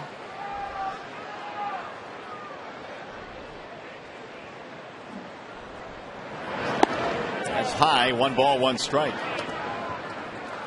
Bosch has decent speed. He can go first to third very well. He can go second to home when he needs to score on a base hit. And he does have the ability to steal a bag as well, should Jim feel like Edwin Jackson's forgotten about him. Persinski only throws out about 17% of the base stealers. And with as many breaking balls as Edwin Jackson has thrown here today, this might be a count that you might want to run in. If he does get thrown out, you've got Avila coming back to the plate in the next half inning with a fresh count. But you're also anticipating the breaking ball here.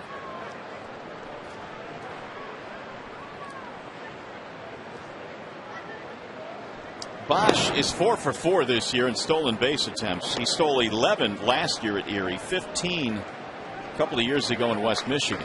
Good situational base stealer.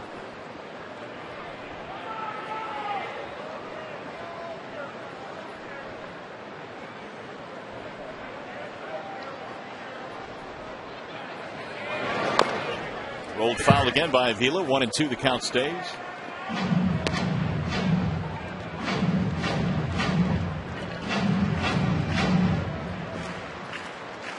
That's another area where Jackson has improved in a White Sox uniform, and that's limiting the amount of stolen bases against him when he's on the mound. When he was with the Tigers last year, they tried to quicken up his delivery, and he had a difficult time of doing that. But in a White Sox uniform, he's been much better. Fly ball, left center field. Andrew Jones is under it, and the side retired. Tigers get a 2-out single. They leave a man, and we go to the 7th.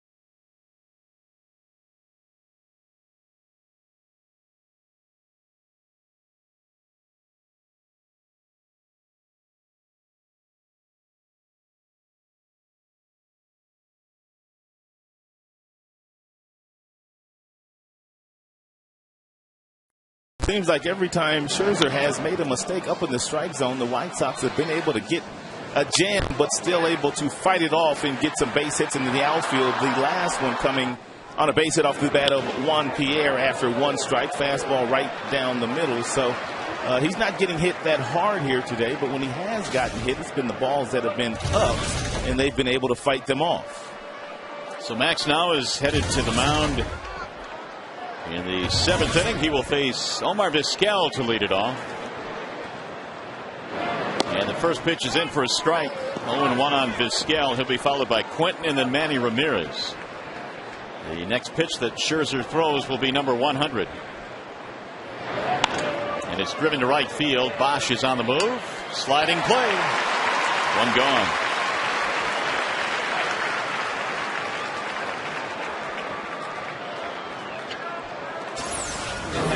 Another ball up in the strike zone that Bosch has to come in for and leave his feet and make a play.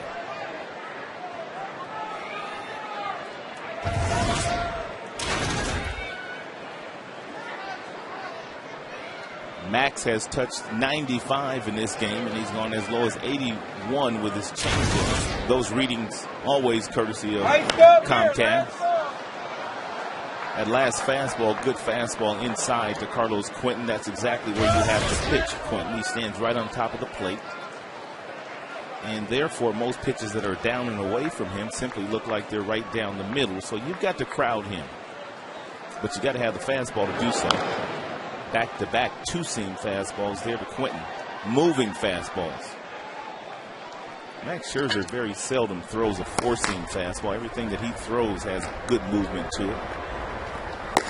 Perry and Koch warming up in the Detroit bullpen. Boy, last time we saw Ryan Perry, he looked like a man on a mission. Here's the 0-2. Inside to Carlos Quentin. Quentin has popped up, he has struck out, and has walked.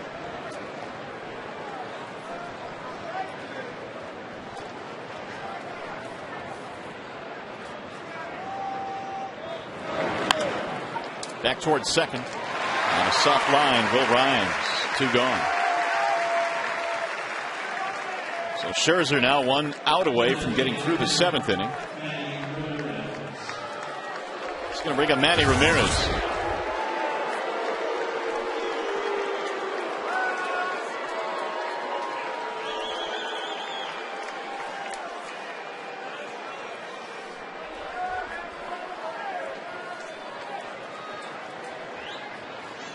Manny today 2 out of 3, couple of singles and a strikeout.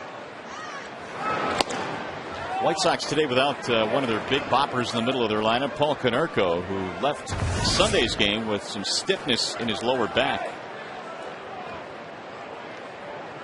And what a year he is having. The 1-0 pitch. That's outside. 2 balls, no strikes. Manny now in the White Sox uniform has 5 hits in 14 at bats. With the Dodgers, he was batting .311. Knocked in 40. Waves and misses 2-1.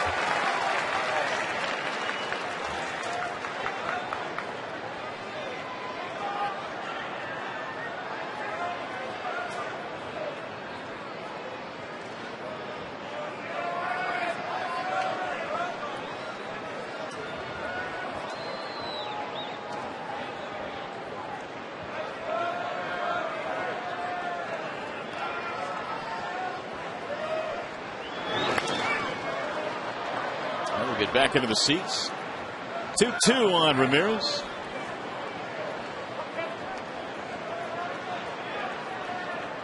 Avila called for the fastball away. You can see where he is set up, and the ball has so much movement out of Scherzer's hand that it kind of leaked back inside. But at 93 miles an hour, you can get away with a mistake pitch there.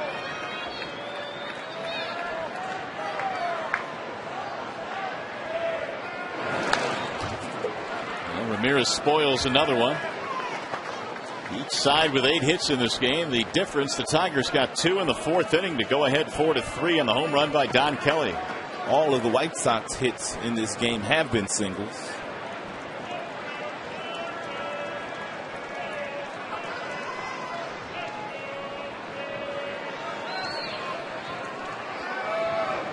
Swing and a miss. Manny goes down swinging.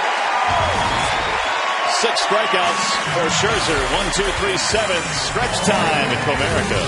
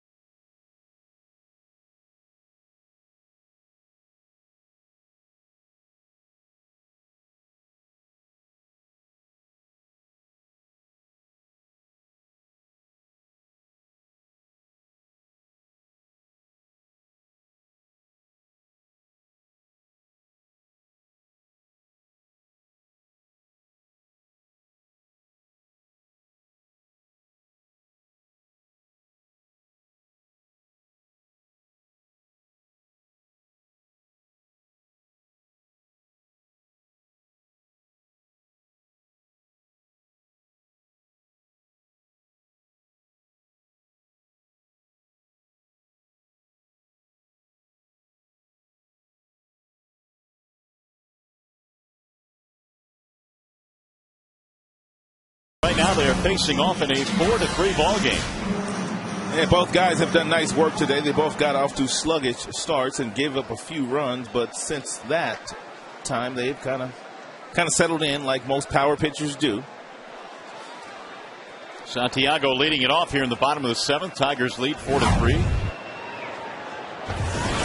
First pitch is in for a strike on Ramon. Santiago today is 0 for 2, couple of ground balls to Gordon Beckham.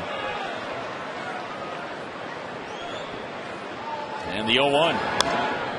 Lifted back out of play, 0-2 on Ramon. He'll be followed by Jackson and then Rhymes. Each team with 8 hits.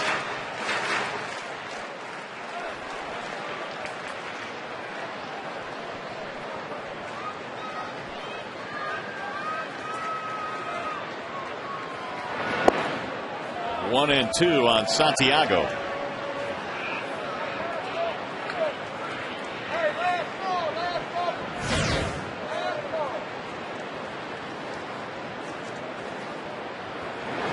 Swing and a miss, and down he goes. A strikeout there for Jackson, his 6th. Here's our Comerica game summary this afternoon. Big day for Don Kelly. He is homered in this game and really doing very good work in September. Pierzynski, 13-game hitting streak now, and Bosch picked up his 9th outfield assist.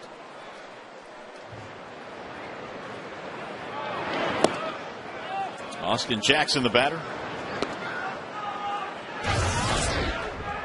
Jackson had a double and scored a run in the very first inning.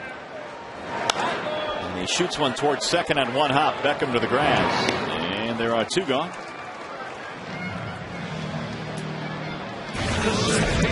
Hey fans, as soon as the game ends, our coverage continues with Tigers Live. You'll hear from the manager, Jim Leland, and the players. Plus, we'll break down the game, show you all the highlights. Tigers Live from the Call Sam Studios immediately after the game here on Fox Sports Detroit.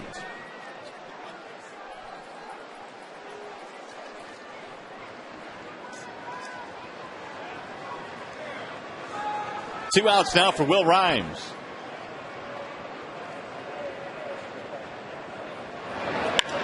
Rhymes slices one right at the shortstop Vizquel to end the inning. Quick inning for Jackson. You're watching Tigers baseball today, presented by Belt Tire.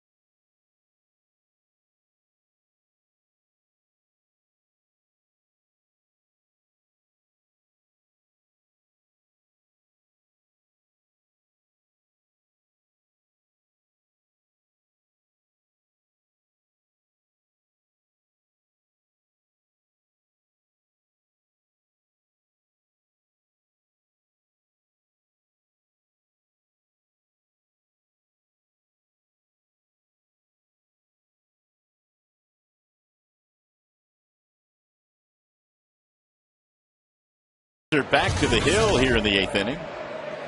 He's thrown 110 pitches today. His average is about 105. So he's going back out there to give his manager another inning of work.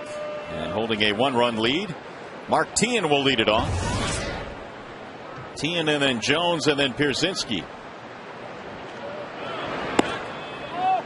Max still has a lot in his tank, but there's a couple of different reasons why Jim Leyland electing to send him back out there for the 8th inning instead of going to Phil Koch, the left-hander. 2 of the next 3 hitters are left-handed hitters, but Jim would love to keep Alex Rios and Paul Konerko on that White Sox bench today. And therefore, Max going out for the 8th inning. Konerko left yesterday's back with a sore back, but it's not all that serious. Ground ball right side. Nice play by Rhymes. Quickly to his feet, and he throws out Tien. Nifty play. He's got some agility at that position. He's got real good speed. First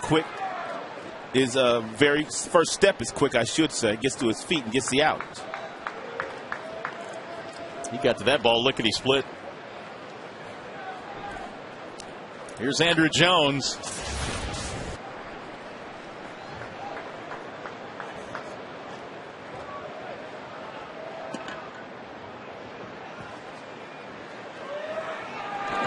Jones a big wave and a miss. 0-1. Since Jim made the comments to us about the fact that he would like to get Scherzer to go deeper in games, he and Verlander, as a matter of fact, one more inning at the same amount of pitches they have been throwing all season long. Scherzer and both Verlander have done so for Jim. Jones been on base twice in this game, hit by a pitch, and he has single look out right back through the box, and Scherzer was fortunate that he didn't get hit by that thing. Wow. A missile. Here comes Leland. This was so close. Oh my goodness.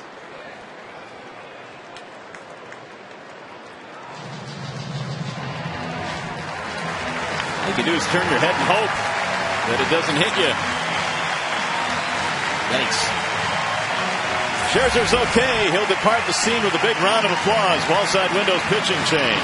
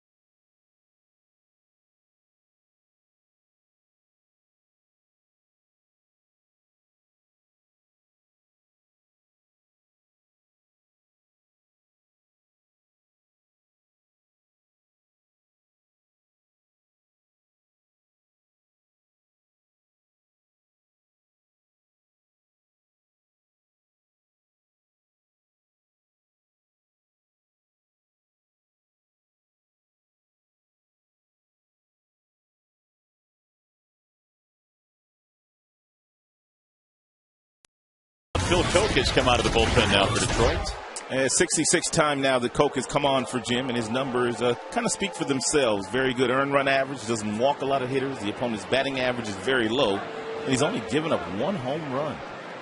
1 home run this year. A.J. Pierzynski bats only .227 against left-handed pitching. We'll see how this matchup works out. Strangely enough, Koch yields a .227 batting average to left-handers. The numbers are aligned here. And Pierzynski has a 2-run single. That happened way back in the second off Scherzer. 1 for 3 for A.J. High and inside, 2-0.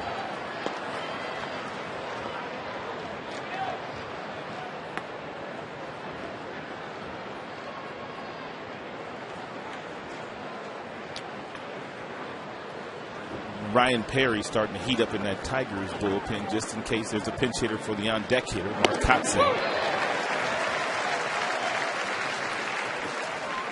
AJ shaking his head after going after that pitch. He knew he was going to get a fastball, and sometimes even big league hitters, when you know you're going to get a certain pitch, you tend to swing at that pitch even though it's not a strike.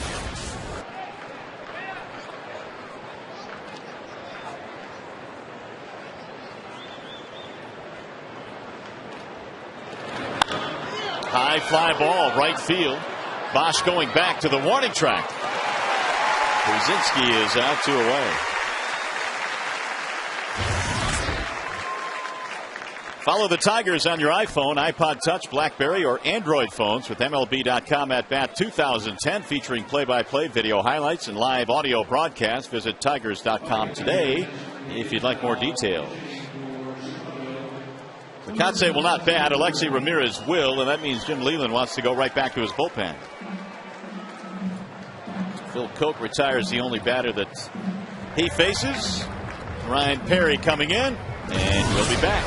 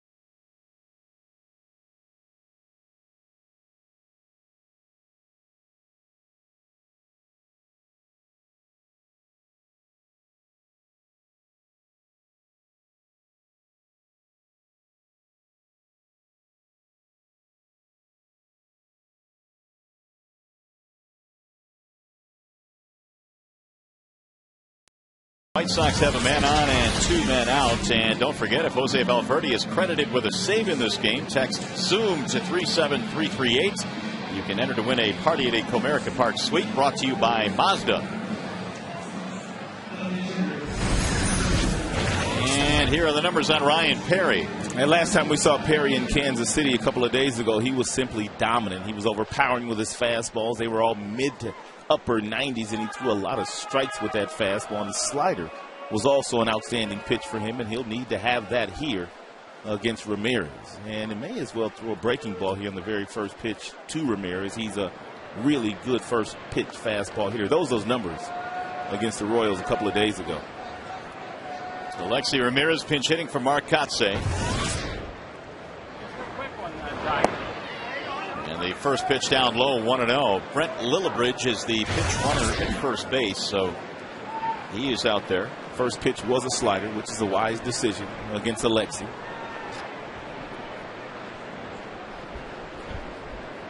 And the 1-0 pitch. That is popped up. Foul ground, back out of play.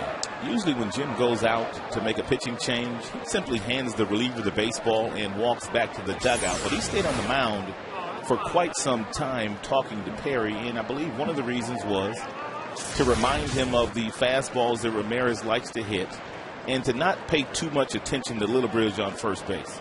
If he steals that base, so be it, but your concentration needs to be on Ramirez in this situation, not Lillibridge, the base runner at first.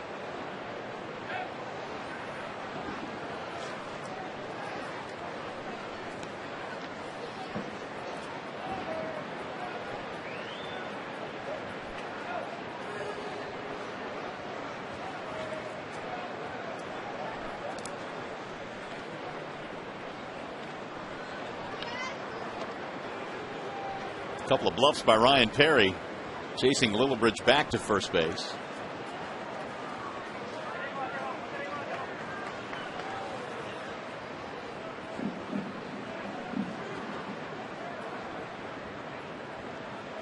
And the runner goes. Here comes the throw down to second. Tag! He's safe!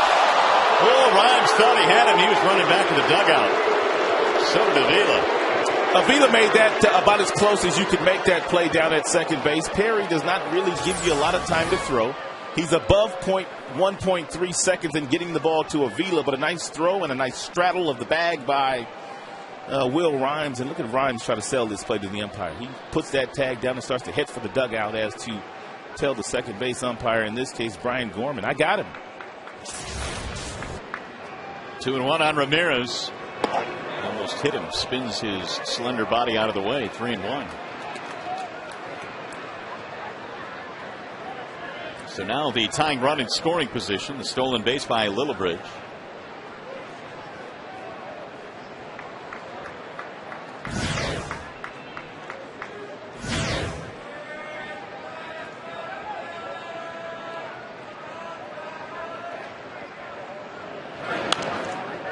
Back out of play again. 3-2.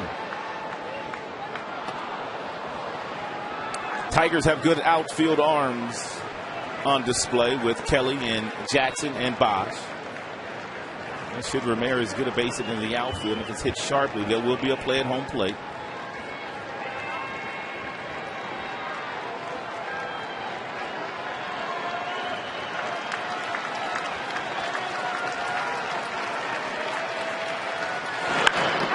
Drive, base hit, left field. That'll get the tying run in.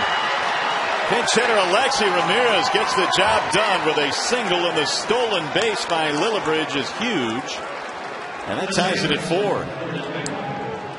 Well, sometimes just the fact that you know that a hitter is a good fastball hitter will cause you to throw your second best pitch in a crucial situation. And this is Perry's second best pitch, his slider, and he hangs it at the top of the strike zone, and Ramirez doesn't miss it, and after a steal of second base by Lillibridge, he's able to come home and score.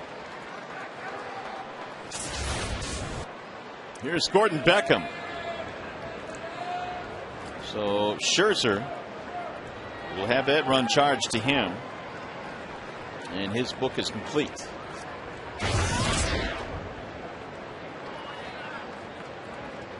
Beckham, the hitter, he's 0 for 3.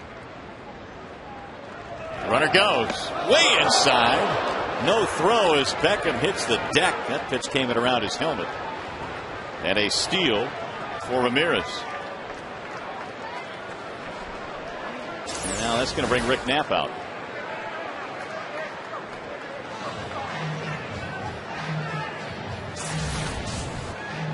Ten hits today for the White Sox. They've tied it up with a run here in the 8th, and now they have the go-ahead run at second base.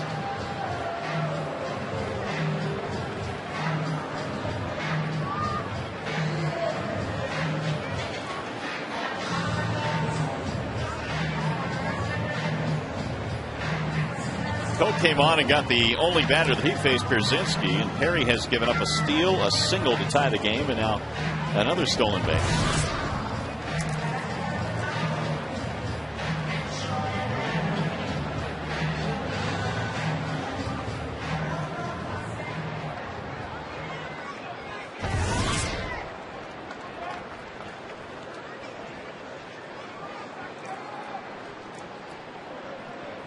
One ball, no strikes on Beckham. 49 driven in this year. And he takes outside.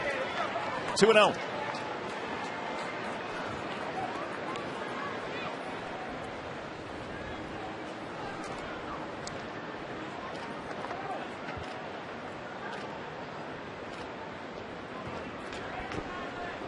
Here's Perry's 2-0 pitch.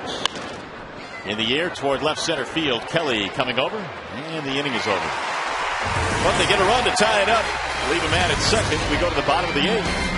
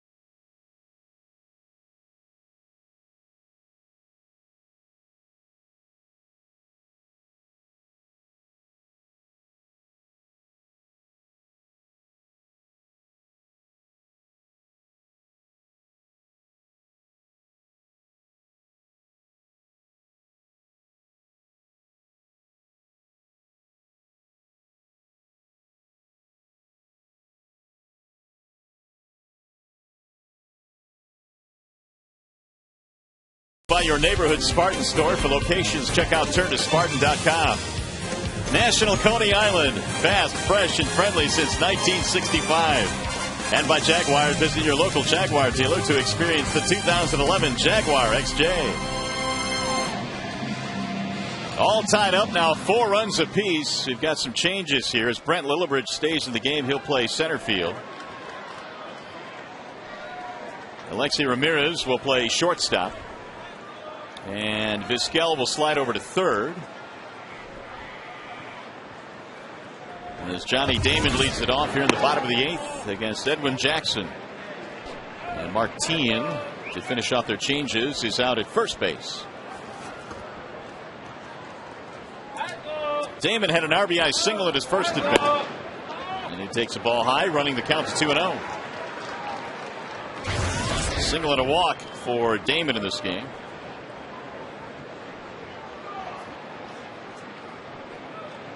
Jackson's 2-0 pitch.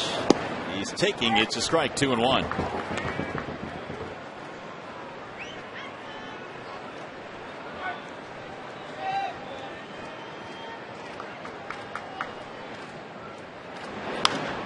Lifted back out of play. And 2-2 now on Damon. They have some action in their pen. Chris Sale, a draft choice of theirs this year, already in the big leagues. He's warming up. Pulled foul down the first base line.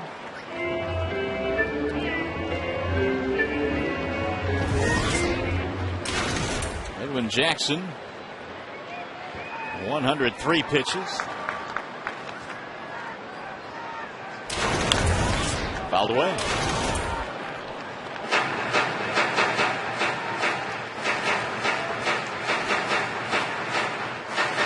There's Sale warming up.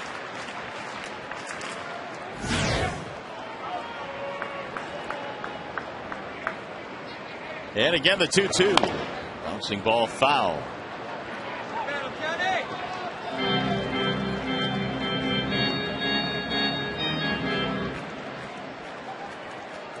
Tigers today have been out hit 10-8. They held a 4-3 lead since the 4th inning, but the Sox got one in the 8th. Low, 3-2. Cabrera will be next, and then down Kelly.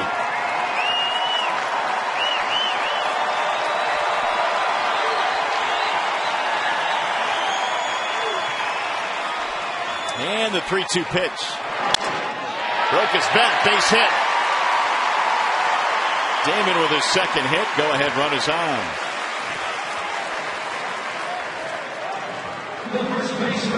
It's a 9-pitch at bat for Johnny Damon. He's going to bring up Cabrera. 1 for 3, singled, scored a run in the 4th.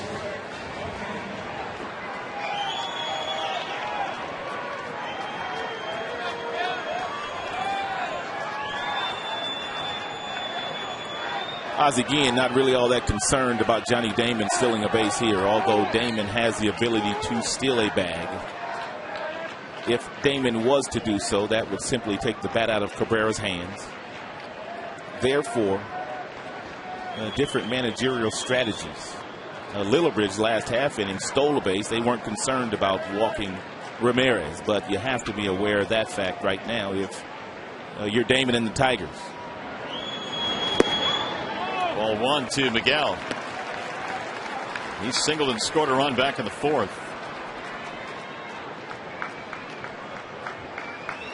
And Cabby's made a couple of outs to right field. That's simply been his approach today, for the most part, against Jackson.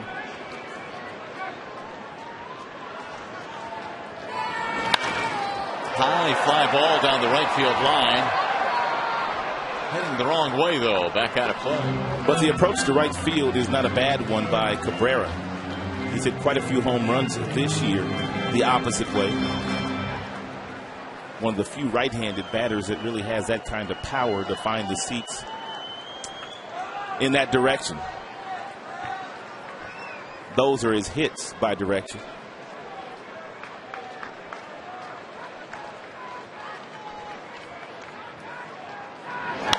Bouncing ball to short. This might be two. There's one. Throw it away.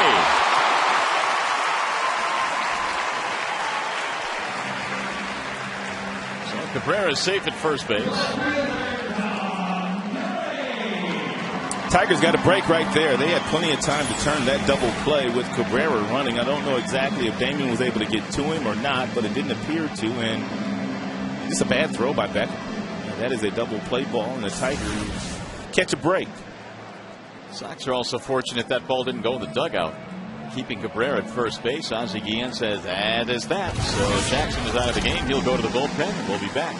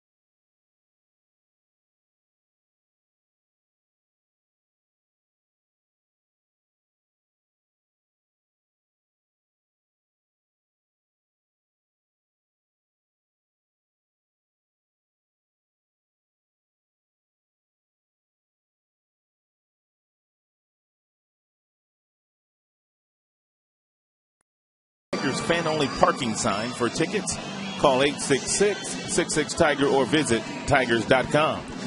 It's a neat giveaway. I haven't seen that anywhere else around the league. Have not. Well, it looks like Ryan Rayburn is going to be moving to the on-deck circle, replacing Kelly.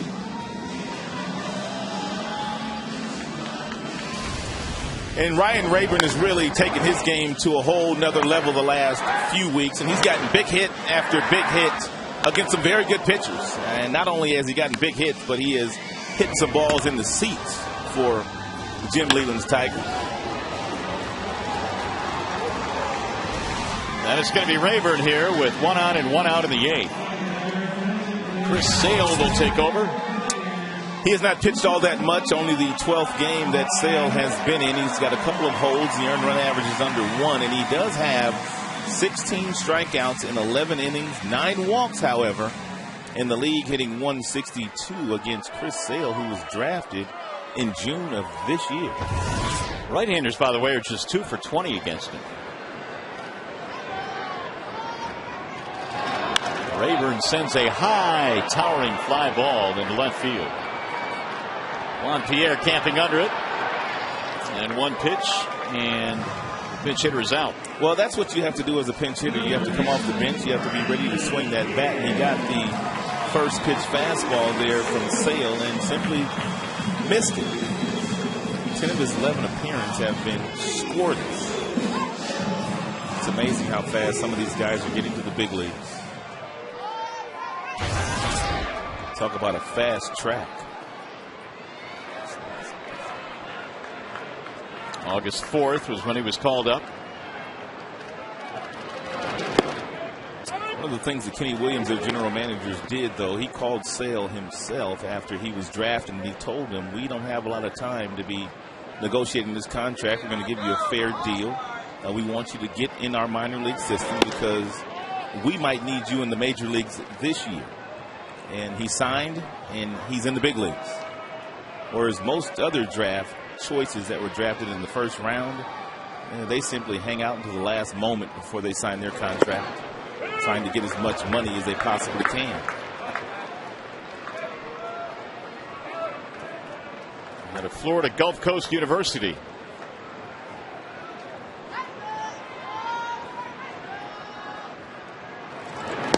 when you look at Sale, he's a big, tall fellow, but he doesn't weigh all that much.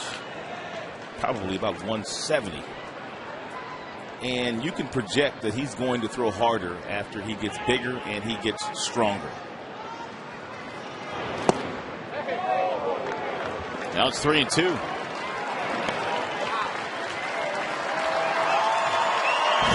Who's thinner, Sale or Alexi Ramirez?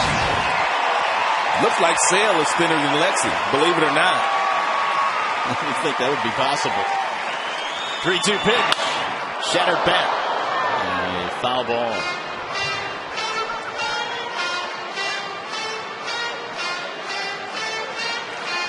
Three and two on Brandon Inge.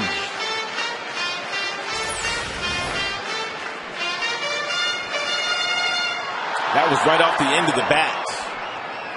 And Brandon trying to get out in front of that fastball in the mid-90s by Sale. Swinging a drive deep into left. If it stays fair, it is gone. A home run. Brandon Inge. A two-run shot.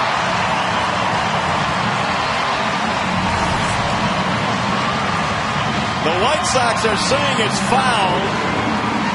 Inge is taking the tour.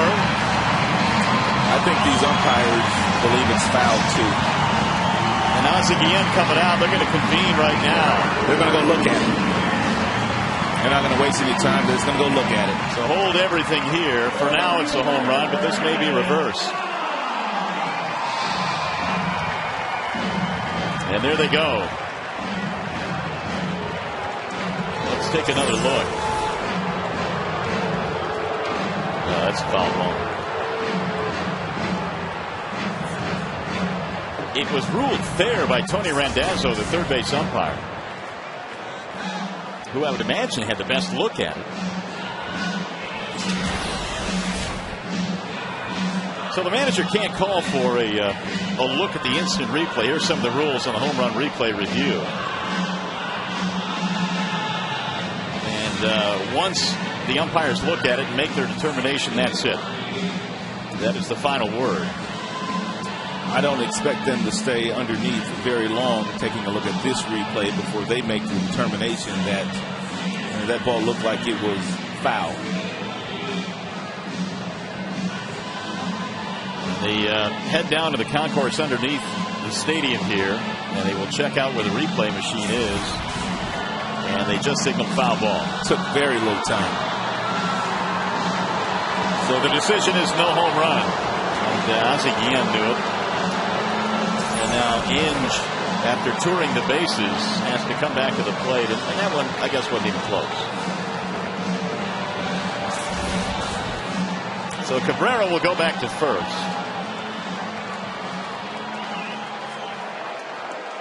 A home run is reversed.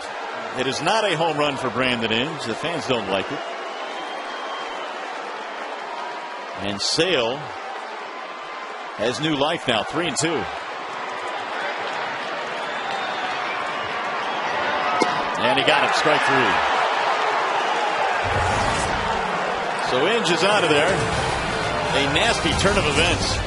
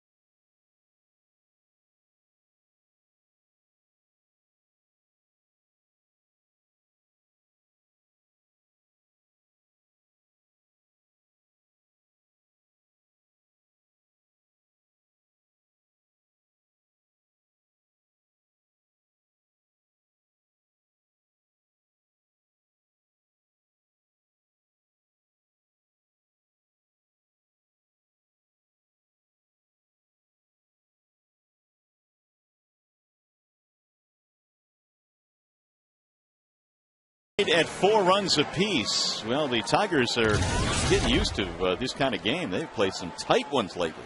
Well, they need to do a little bit better job as well in these types of situations. Their record 5-6, and 5 of those games have gone into extra innings of the one-run games they played. Ryan Rayburn stays in the game. He'll play left field. It's going to be the top of the lineup coming up for the Chicago White Sox. Pierre Vizquel and Quinton here in the ninth. Scherzer and Jackson, both starters, out of the game at this point. Ryan Perry back to work, and he misses away from Pierre 1-0. It is an absolute must for Ryan Perry to keep Juan Pierre off the base paths. Make him put the ball in play. You don't want to walk him. He will steal second base. It will be a double.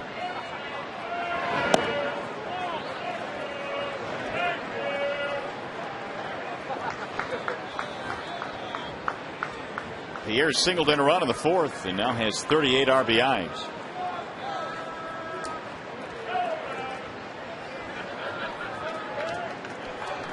That base hit briefly gave Chicago a 3-2 lead. Here's the strike call. 2-1 on Pierre.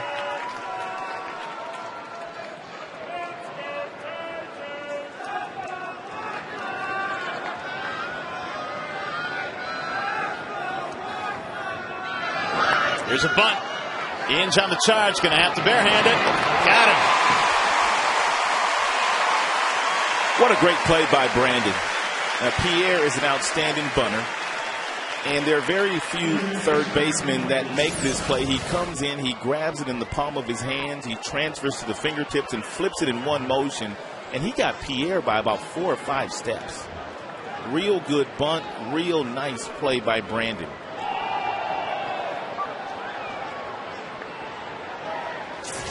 Here's Vizquel.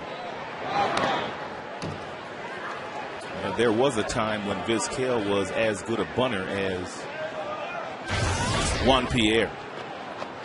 What a career this guy's had. And I don't think the White Sox thought they would get this kind of production out of him at age 43. He's been almost an everyday player for Chicago White Sox this year.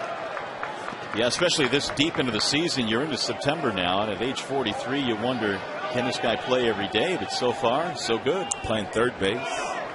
Shortstop by trade. That's where he's won all his gold gloves.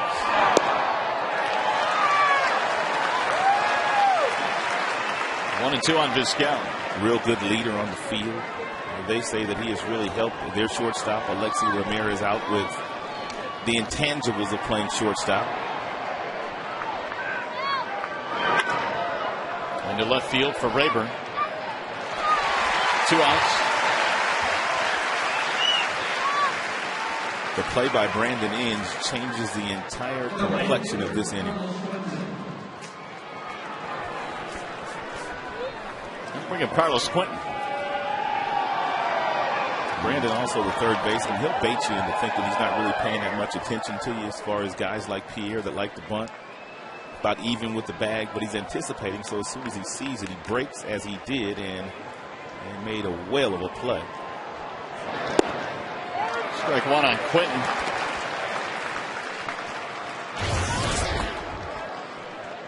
Go for 3 in this game, plus a walk.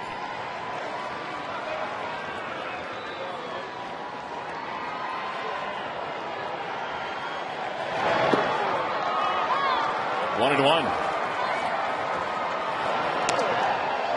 Tigers will have Bosch, Avila, and Santiago due up when we get to the bottom of the ninth. 4-4 game in the first of 4 between these two teams.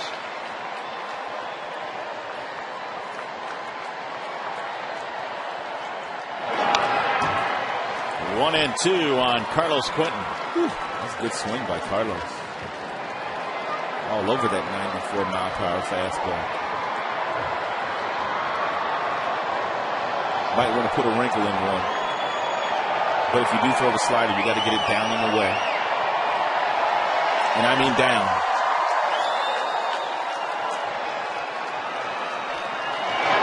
Swing and a miss. And Quinton is out of there. It's a 1-2-3 inning for Ryan Perry. So he's done his job here in the ninth. Now we'll see if the Tigers can get a run to the bottom.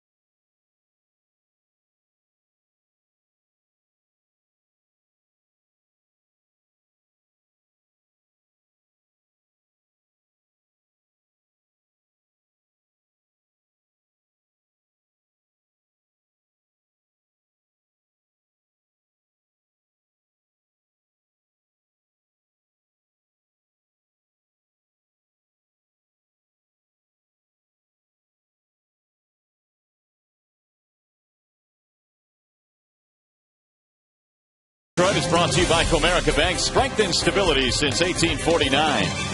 Wallside Windows, for a free in-home estimate, call 1-800-521-7800. And by Bell Tire, get the lowest tire price, period.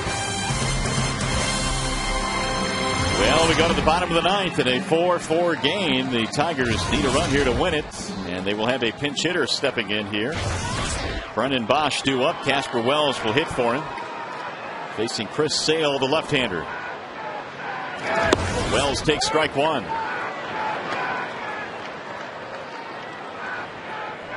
Avila due next, and then Santiago.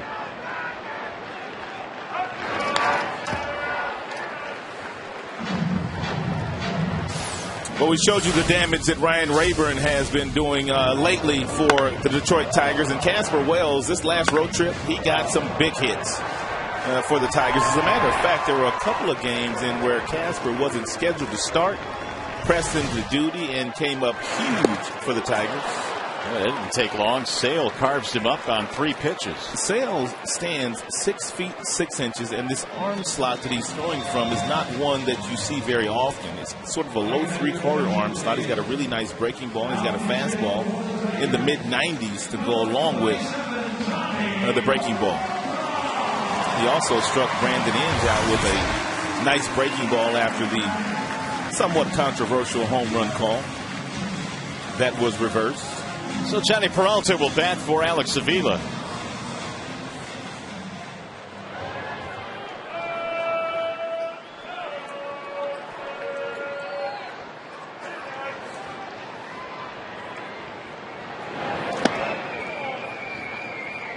Tigers have 9 hits in this game, 10 for the White Sox. It's a 4-4 game in the ninth.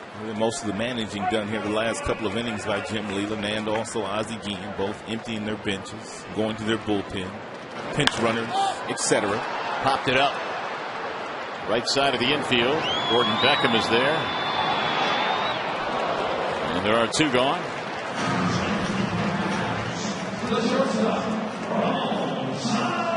Let's leave it up to Santiago.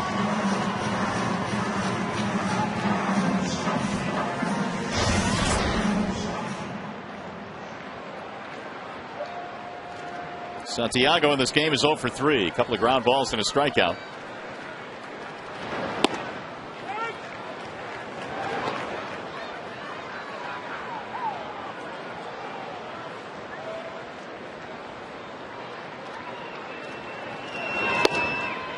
One ball, one strike. Sale came on in the 8th. He got the fly ball from Rayburn. He struck out Inge after the reversal on the home run call. And now he's gotten 2 men here in the 9th. That's in the air toward right center field. And Lillibridge runs it down. Almost collided with Quentin out there in right. Tigers go 1-2-3. Extra innings. 4-4 game.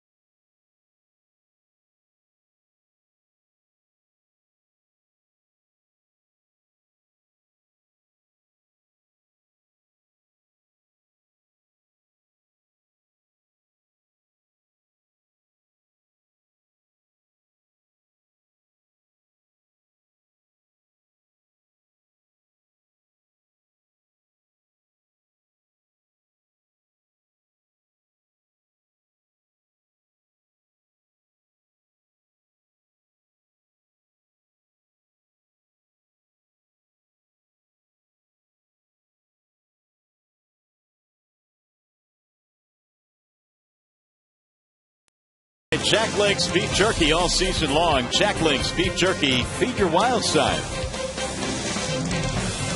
Back here at Comerica Park on Labor Day, and we go extra innings. We're laboring a little bit more today as Jose Valverde will check in now and do some pitching for the Tigers.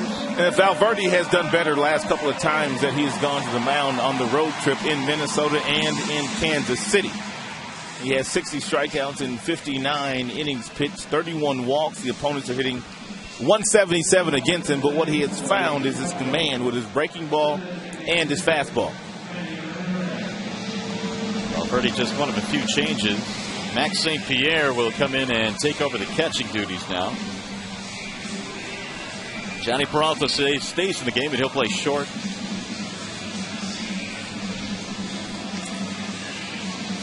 And the new right fielder is Casper Wells. Apparently Max has some brand new, and I mean brand new equipment on. He had to come out and cut the tags off.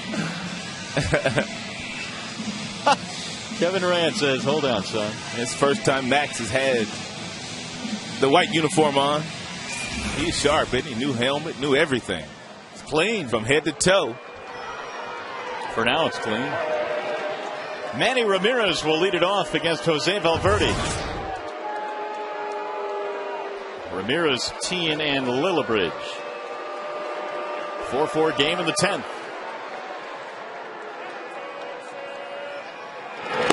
And Manny takes outside, 1-0.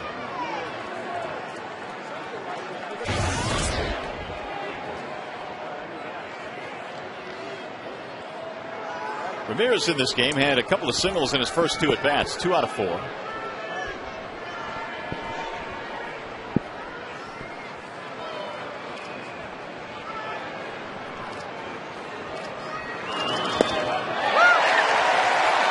ball, one strike.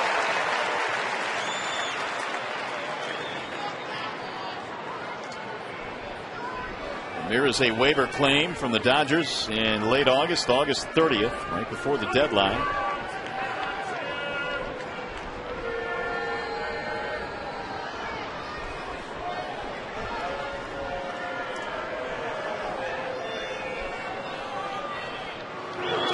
Inside, 2 balls, 1 strike. All 3 pitches to Manny Ramirez have been split finger variety. And Valverde does have 95 to 98 in his tank as far as the fastball is concerned, if he wants to throw Manny that pitch.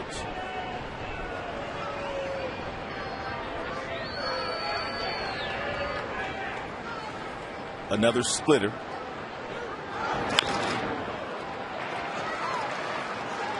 Valverde said the first half of the season, the split-finger fastball that he was featuring, which allowed him to make the All-Star team, was the best split-fingered fastball he'd ever had in his career. You could see it coming out of his hand right here. That's a really good look at it.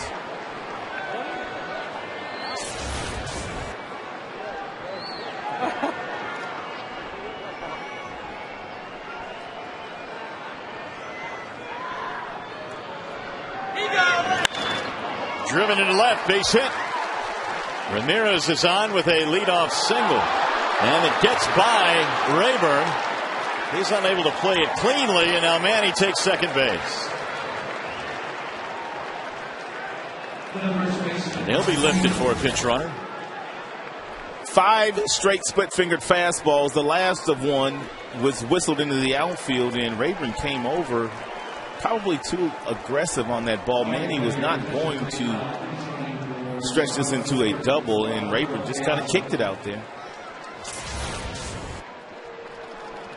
Single and an error. Single E7. So the go-ahead run in scoring position now. Alejandro de Asa is the pinch runner. He's at second base.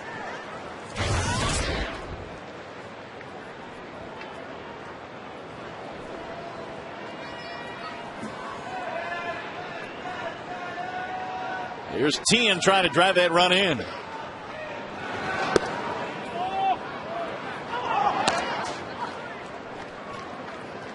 Tien doesn't have a hit today, but he walked and scored back in the second. That error is the first by either team today.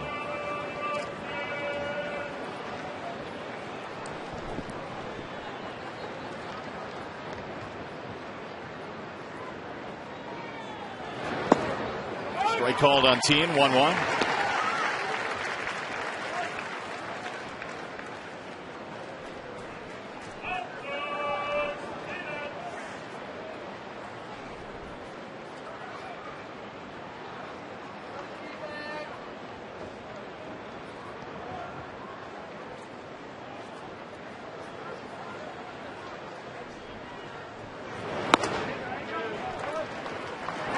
White Sox have 11 hits. The Tigers now have 9.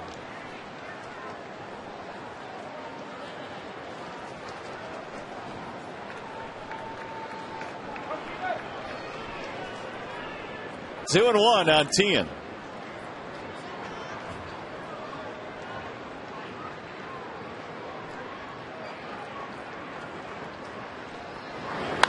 Ground ball foul. Alex Rios, meanwhile, has moved to the on-deck circle. Lillibridge due next, so looks like Rios will hit.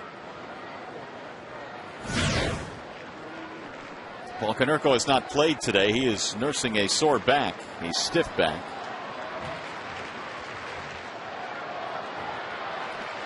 Two balls, two strikes on Mark Tien.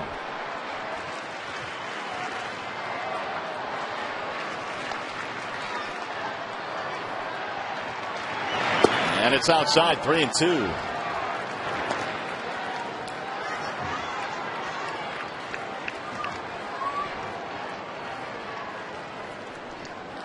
Tigers again involved in an extra inning game. They play a ton of them on the road trip.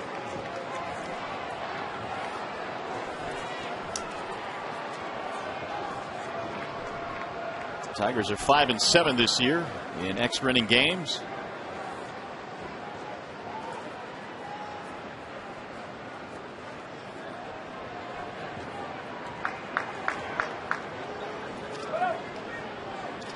Three-two pitch, swing and a miss.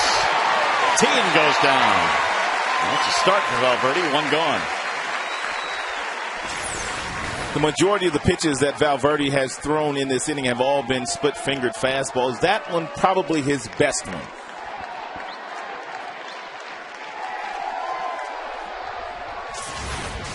Here is Rios pinch hitting for Lillibridge.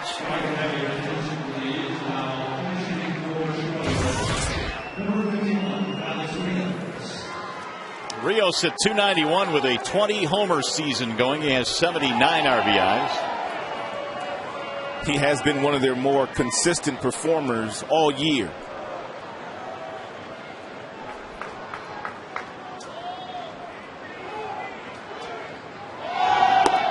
Ball one. White Sox, meanwhile, have participated in 14 extra inning games. They're 5-9. And Rios starts with his hands very low. As a matter of fact, he starts with his hands below the belt buckle, but as that pitcher gets into his delivery, he very quietly starts to bring his hands into a more hitting position. That's his timing mechanism. Line drive to center field. Jackson on the move. It's going to drop. Base hit. They're going to hold the runner at third base as Jackson fires it back in. Deaza, the pinch runner, paused momentarily to see if that ball would drop, so he gets to third, and Rios has a pinch hit single. Now let's take a look at Rios and his approach against Valverde. You see the hands very low. They come up to a very nice hitting position, and he just drops the hands back into the hitting zone, and he hits a sharp single right back up the middle.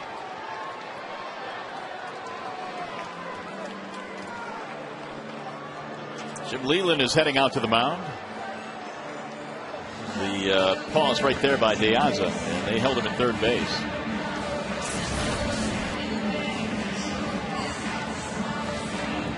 Still only one out. Runners at first and third in the 10th. We are tied at 4.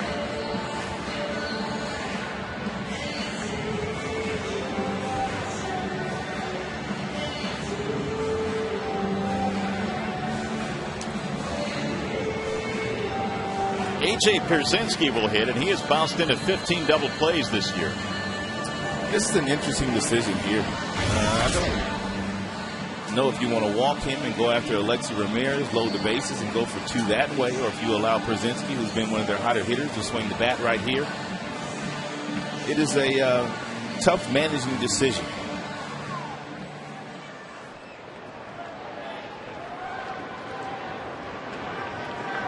Pierzynski had a 2-run single back in the second, 1 for 4.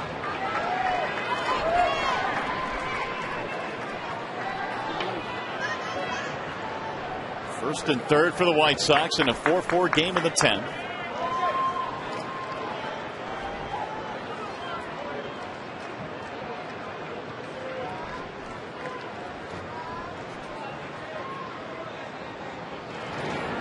Pierzynski takes low, 1-0. I do like the decision by Jim, however, to go out and talk to Valverde and also the youngster Max St. Pierre in this situation. St. Pierre only catching his second big league game at this level. And you want to make sure that the signs that you're relaying are interpreted correctly. So he verbally gave them the instructions. 1-1.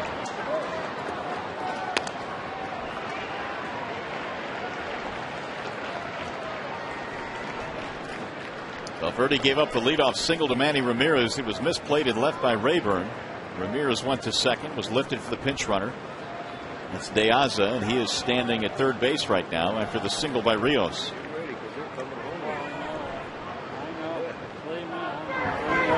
Ground ball right side foul. 1-2 on AT Pierzynski.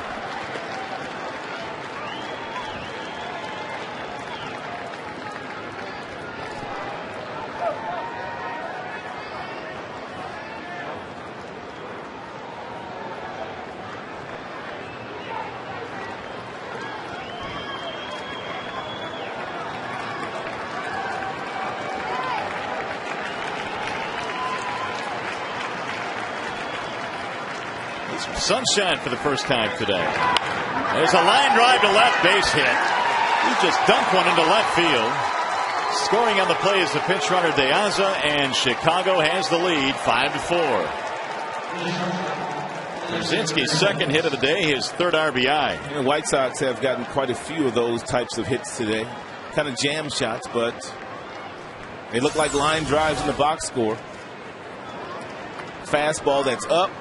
That's fought off by AJ right around the label. And AJ giving credit to somebody in the dugout. Here's Alexi Ramirez. Strike one on Ramirez.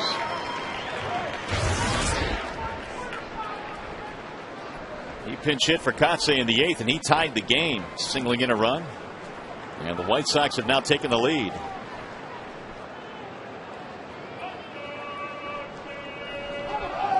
Runner going to third, and Ramirez buckling out of the way. Was he hit by the pitch? He was hit. Apparently, home plate umpire Paul Nart looking at it. And so he will take his base. So this is going to load him up.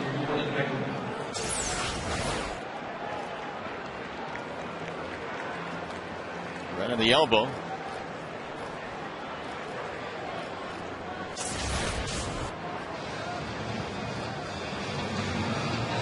So the plot thickens here now. They are loaded for Chicago, and Gordon Beckham will hit. Still only one out in this inning as the White Sox look for some insurance.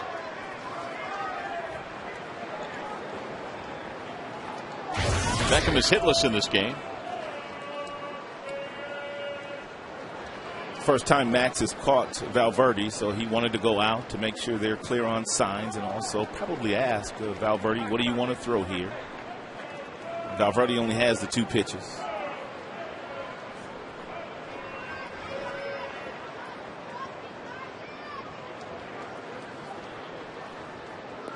Don't know if Jim will pitch out here, anticipating a possible squeeze from Ozzie Guillen with Beckham standing in the batter's box, Rios running at third.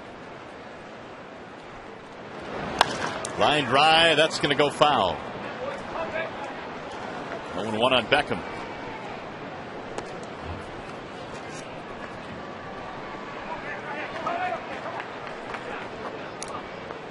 So A.J. Pierzynski, who came in with a 12-game hitting streak, has done a lot of damage today. 2 hits, 3 RBIs, including the go-ahead base hit.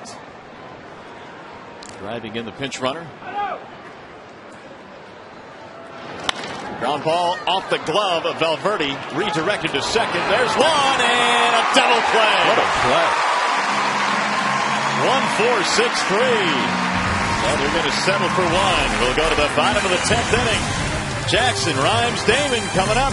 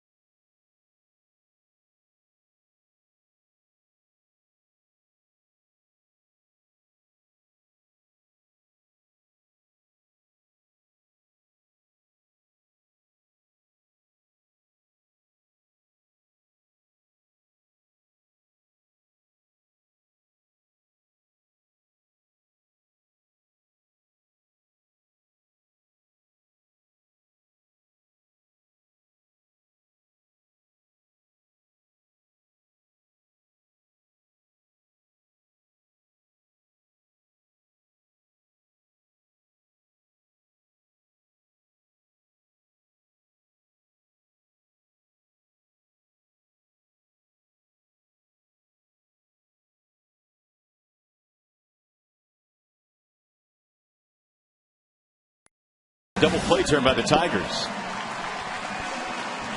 Little redirection there by Valverde, and it ends up being a 1-4-6-3 double play. No panic here, and they still able to turn that ball. Nice turn by Peralta. Not often you'll get a guy like Lillibridge, but Peralta came across that bag very aggressively and got him by an eyelash. White Sox today have 13 hits, all of them singles. And more importantly, they have a lead now as we go to the bottom of the 10th inning. Chris Sale is still out there. Austin Jackson will lead it off. Sale has faced 5 batters. He's gotten all 5. And Jackson takes strike 1. Tigers need 1 to tie, 2 to win.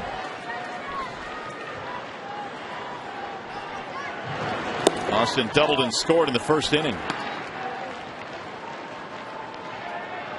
Alex Rios stays in the game. He plays center field.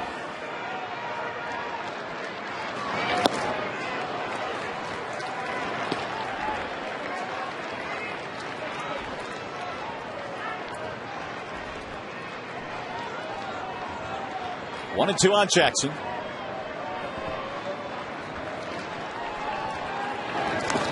And he fouled it off.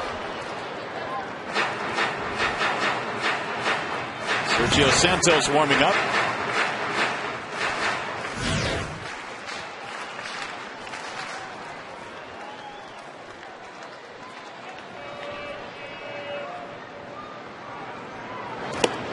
Way outside. 2-2 the count.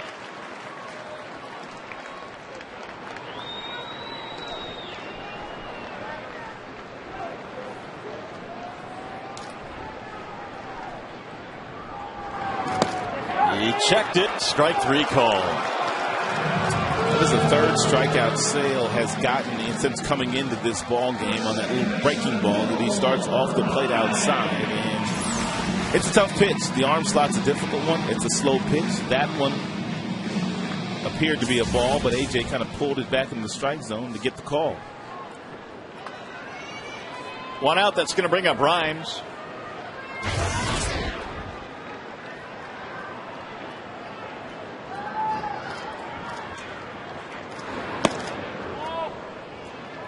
Will today with a bunt single and a run scored. Tigers have been out hit 13-9. There's a strike 1-1.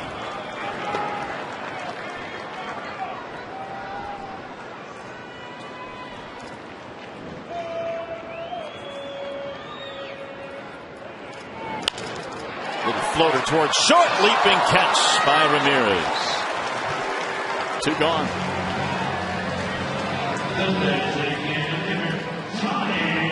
So it's going to be all up to Johnny Damon here.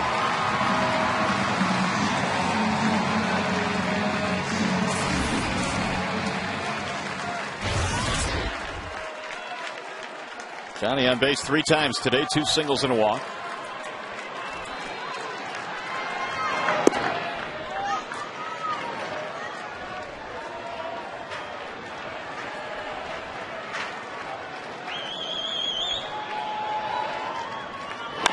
Bouncing ball to first base, foul ball. 1-1 on Damon. Same 2 teams tomorrow for game 2. Tomorrow evening, Verlander and Garcia.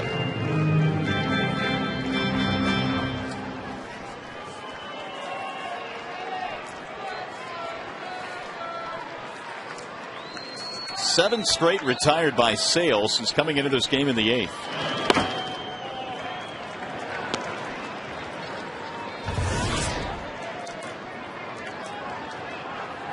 He can keep it going. Cabrera waiting on deck. Foul back, 2-2 on Damon.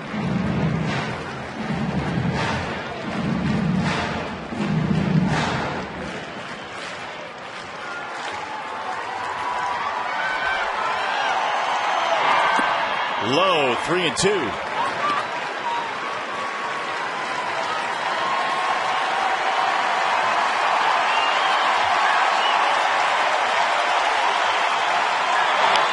Foul away.